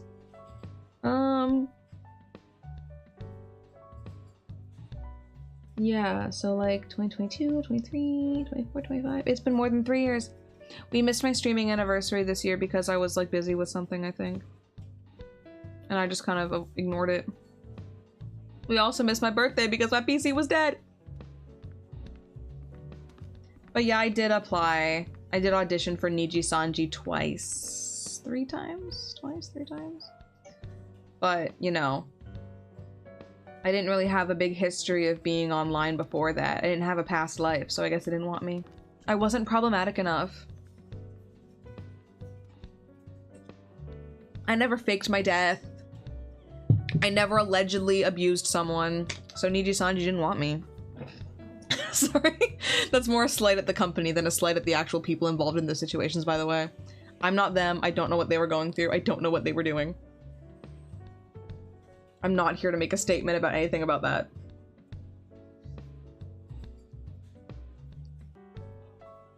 I suppose I did. And you know what I got to show for it? less subscribers than Moe Moe June. That's also because she actually streams regularly and I took a long hiatus. Oh my god, I have it?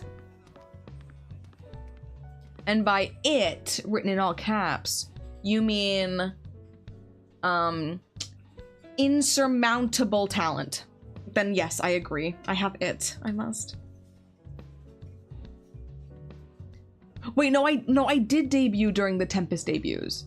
Wait, I debuted the day after or the day before the Iluna debuts? Because I remember watching the Iluna debuts in the same room that I debuted streaming in.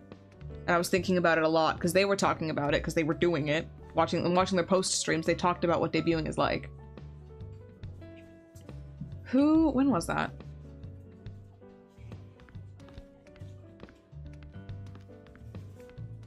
Dude, debuts used to be like an event, dude.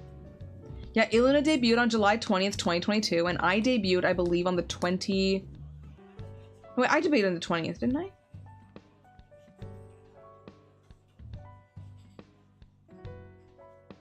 Now I gotta go on my own channel. Ew! Okay, live. Please do not. See, I'll check. You guys don't check when I debuted. No need to look that far into my upload history. Do not look at that. I will do all the work. I will do all of the work. Don't even worry about it. I did have a clever title though. How have I only just noticed Machu was silently staring at us in the corner? He's just chilling. He's allowed to be here. He's allowed to chill here if he wants. He gets a pass. He represents what I'm all about. Let's see. I debuted on July 23rd. 22nd. I guess, yeah, okay. So 23rd in Japan, 22nd DST. And I did debut in Japan. Streaming on my little laptop. Streaming on my little laptop.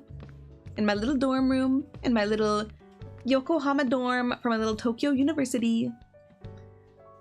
Wow. And then I tried to stream in Canada and that was brutal. I used to stream 3 times a week, you guys. Only OGs remember that.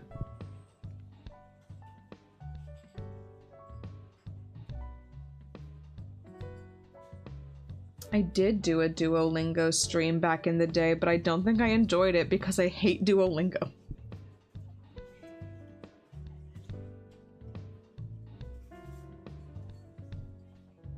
Actually, what were like my first few streams? My first stream, I did 1 hour of debut, soft debut, introducing myself, not debuting. It basically was like a debut. VTubers treat debut like this huge thing. And I just wanted to be like a normal streamer. So, June, are you watching my debut? I just said not to watch it. Why are you watching it? But no, I used to stream 3 times a week. Very consistently. But also I didn't have a job. And I didn't have any classes at school. And I didn't have any friends. And I lived alone. So it was very easy to stream that much. Then I went back home to Canada, and then with my parents and the set, I didn't have any space where I could really set up. The internet's worse, so it was really difficult to stream that much. I would try to stream at 10 p.m. like normal, but it meant my parents being right upstairs, and I had to use like the downstairs room. It was very difficult, so I did a bit less. I went down to 2 days. I don't know if I ever went down to 1 day a week, but I did go down to 2 days a week. And then I moved back to Tokyo area. Moved back to Tokyo, and then it was like... I have a full-time job now, and moving is hard. So I think I took almost like... I don't know if I ever took a full year hiatus, but there definitely was a huge gap until recently. June kind of got back into it, and that really inspired me to also like get back on it, so... You do not need to pull up the debut.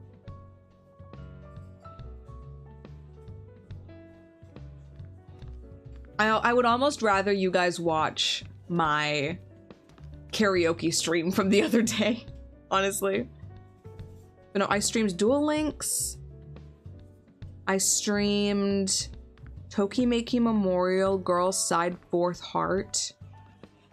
I did a 2-part stream of me going through and evaluating every show on my anime list that's in my list. That's like 200 shows or something. Oh my god. The first Mario Kart stream is crazy, featuring Moe Moe June. This was like before your debut, huh, June? When did you debut?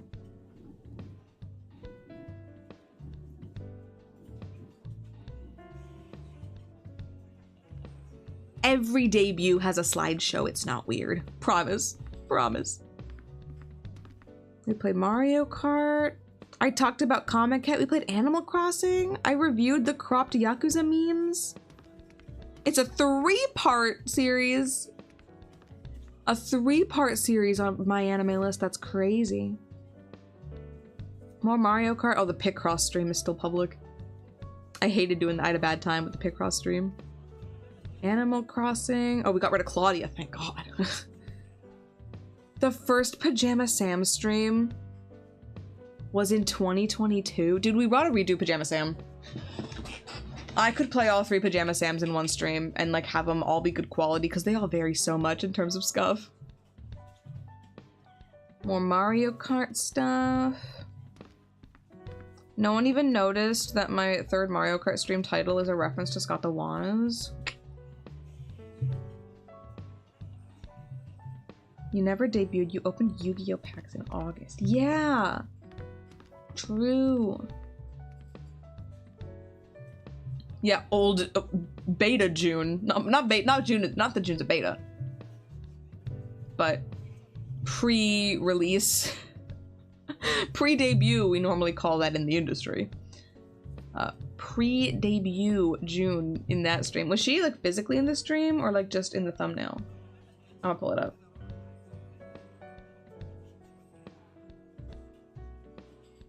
She's there as a PNG.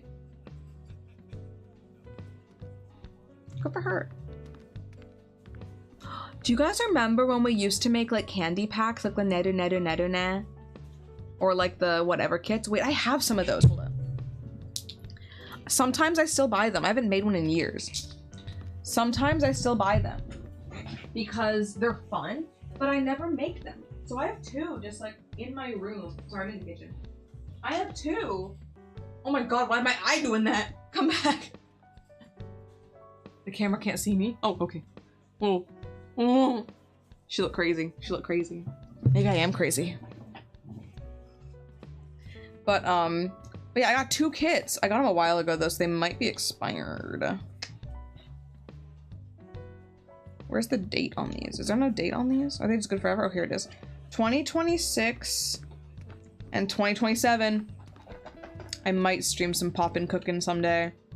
I got the Tanoshi Matsuri-san. I don't know if we streamed that one. And I got the Tanoshi Ice-san, so we can do like a festival food and ice cream. Ooh. Could be fun.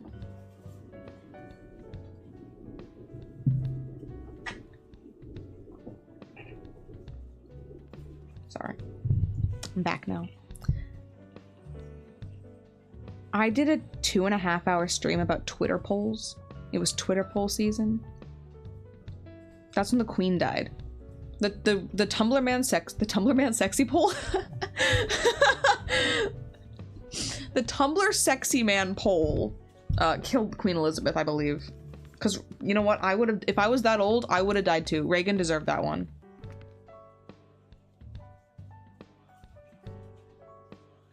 I did a birthday stream where we played Cards Against Humanity for 6 hours!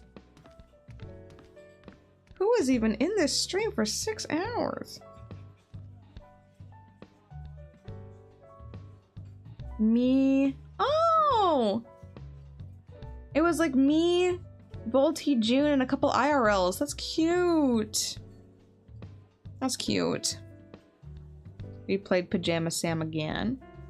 We did Japanese Festival Candy already. Okay, I'll buy a different one then if we stream it again. Or Duel Links. Oh my god, my first IRL stream in Kabukicho! This one's so scuffed. My data plan was not a strong connection. It's the bit rate is atrocious, dude. And there's so much going on in Kabukicho. I almost wanted to go there yesterday just because like it was like raining slightly. And it would have been so beautiful. It would have been so beautiful. I did an IRL in Akihabara. It's hard to stream IRL these days in Tokyo because of the rise of content creators doing outlandish things on purpose for shock value. A lot of places are kind of saying like, you can't stream here, you can't have a camera here, you can't take pictures of this. So it's a little difficult. But those were some interesting days. I streamed Wii Mods. I streamed Pajama Sam 3. And then I got back from Japan. I got a Japan haul, and then we played Luigi's Mansion. Dude, my streams peaked when we played Luigi's Mansion. And Catherine. I can't watch Catherine Part 3 because I'm in Japan and it's banned there. Because of anti-spoiler laws for Catherine Full Body. Still banned in the year of our Lord 2025. What a concept. You know, I could do like a small IRL. I would love to do a small IRL. You know what? Maybe Yokohama's good. I want to do maybe a thing that's like related to like, look guys, games are real. Games in real life. I'll go to Shibuya and be like, is this a Persona 5 reference?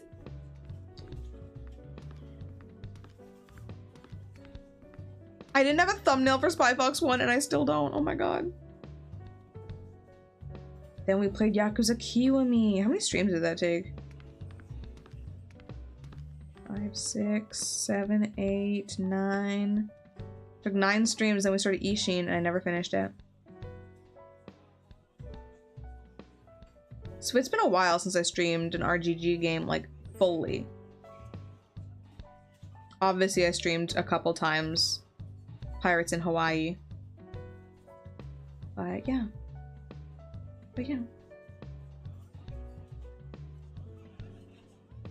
I mean, I could, like, go to where the Persona 5 protagonist lives. Like, it's not super far away from here, but I feel like because that area is a bit more intimate, like, it's more local, and that cafe is just, like, a regular-ass cafe, I wouldn't want to be, like, some annoying foreigner streaming about it. I don't want to bother them. You know what? Cinder is, like, crazy good memory right now. Because I did say that, and I still think about it. I still think about it all the time. I should talk about it more. 500 subs. How many subs do I have right now? Okay. 500 subs, and I will do a face reveal, and I will stream Wii Sports. So tell your friends. Tell your friends, tell your neighbors, tell your parents. I'm trying to get a wider demographic so you can tell your parents. Maybe not your grandparents. They might not understand me. Put up a sub goal or something. Sub goals are hard to do on YouTube because if you subscribe to me, but your subscriptions are set to private, which they might be by default, I'm not sure, then that number will not automatically update on there. And I have to manually enter the number of subs I have based on what YouTube says. Because Stream Elements isn't checking like what YouTube says it is. I'm 90% sure Stream Elements is just counting its own notifications. So if someone subscribes to me and they have subscriptions public, I get a little notification, it says their name, they become in the corner of the screen, they become my new best friend. Like Annie is there, my most recent public subscriber. I believe I've gained subscribers since then, but they had them set to private. So if your subscriptions are set to private, I can't see you on there. Stream Elements won't make a notification for it, and it can't update that number. So it's really annoying. I tried to have a sub goal for a while to count down to the like endurance stream where I play all of Mario Kart 8 Deluxe and all the tracks, but I had to manually update it all the time, and it got so annoying. But I mean, while you're watching the stream, you can see how many subs I have. Like, I'm looking at it now and it says 328. So maybe I should just put the goal on the screen without like a meter. So you can compare it yourself, maybe. We do not need a subathon, we just did a donathon. Your old man neighbor about to be put on that Cooley at Mickey real quick, hell yeah. I adjusted in my chair, and my boobs did a thing. Maybe your old man neighbor would want to watch. But oh my god! Half the time I worry while I'm streaming, like I'm playing these games, I'm like, oh no, what am I gonna talk about? I don't know what to talk about, oh no!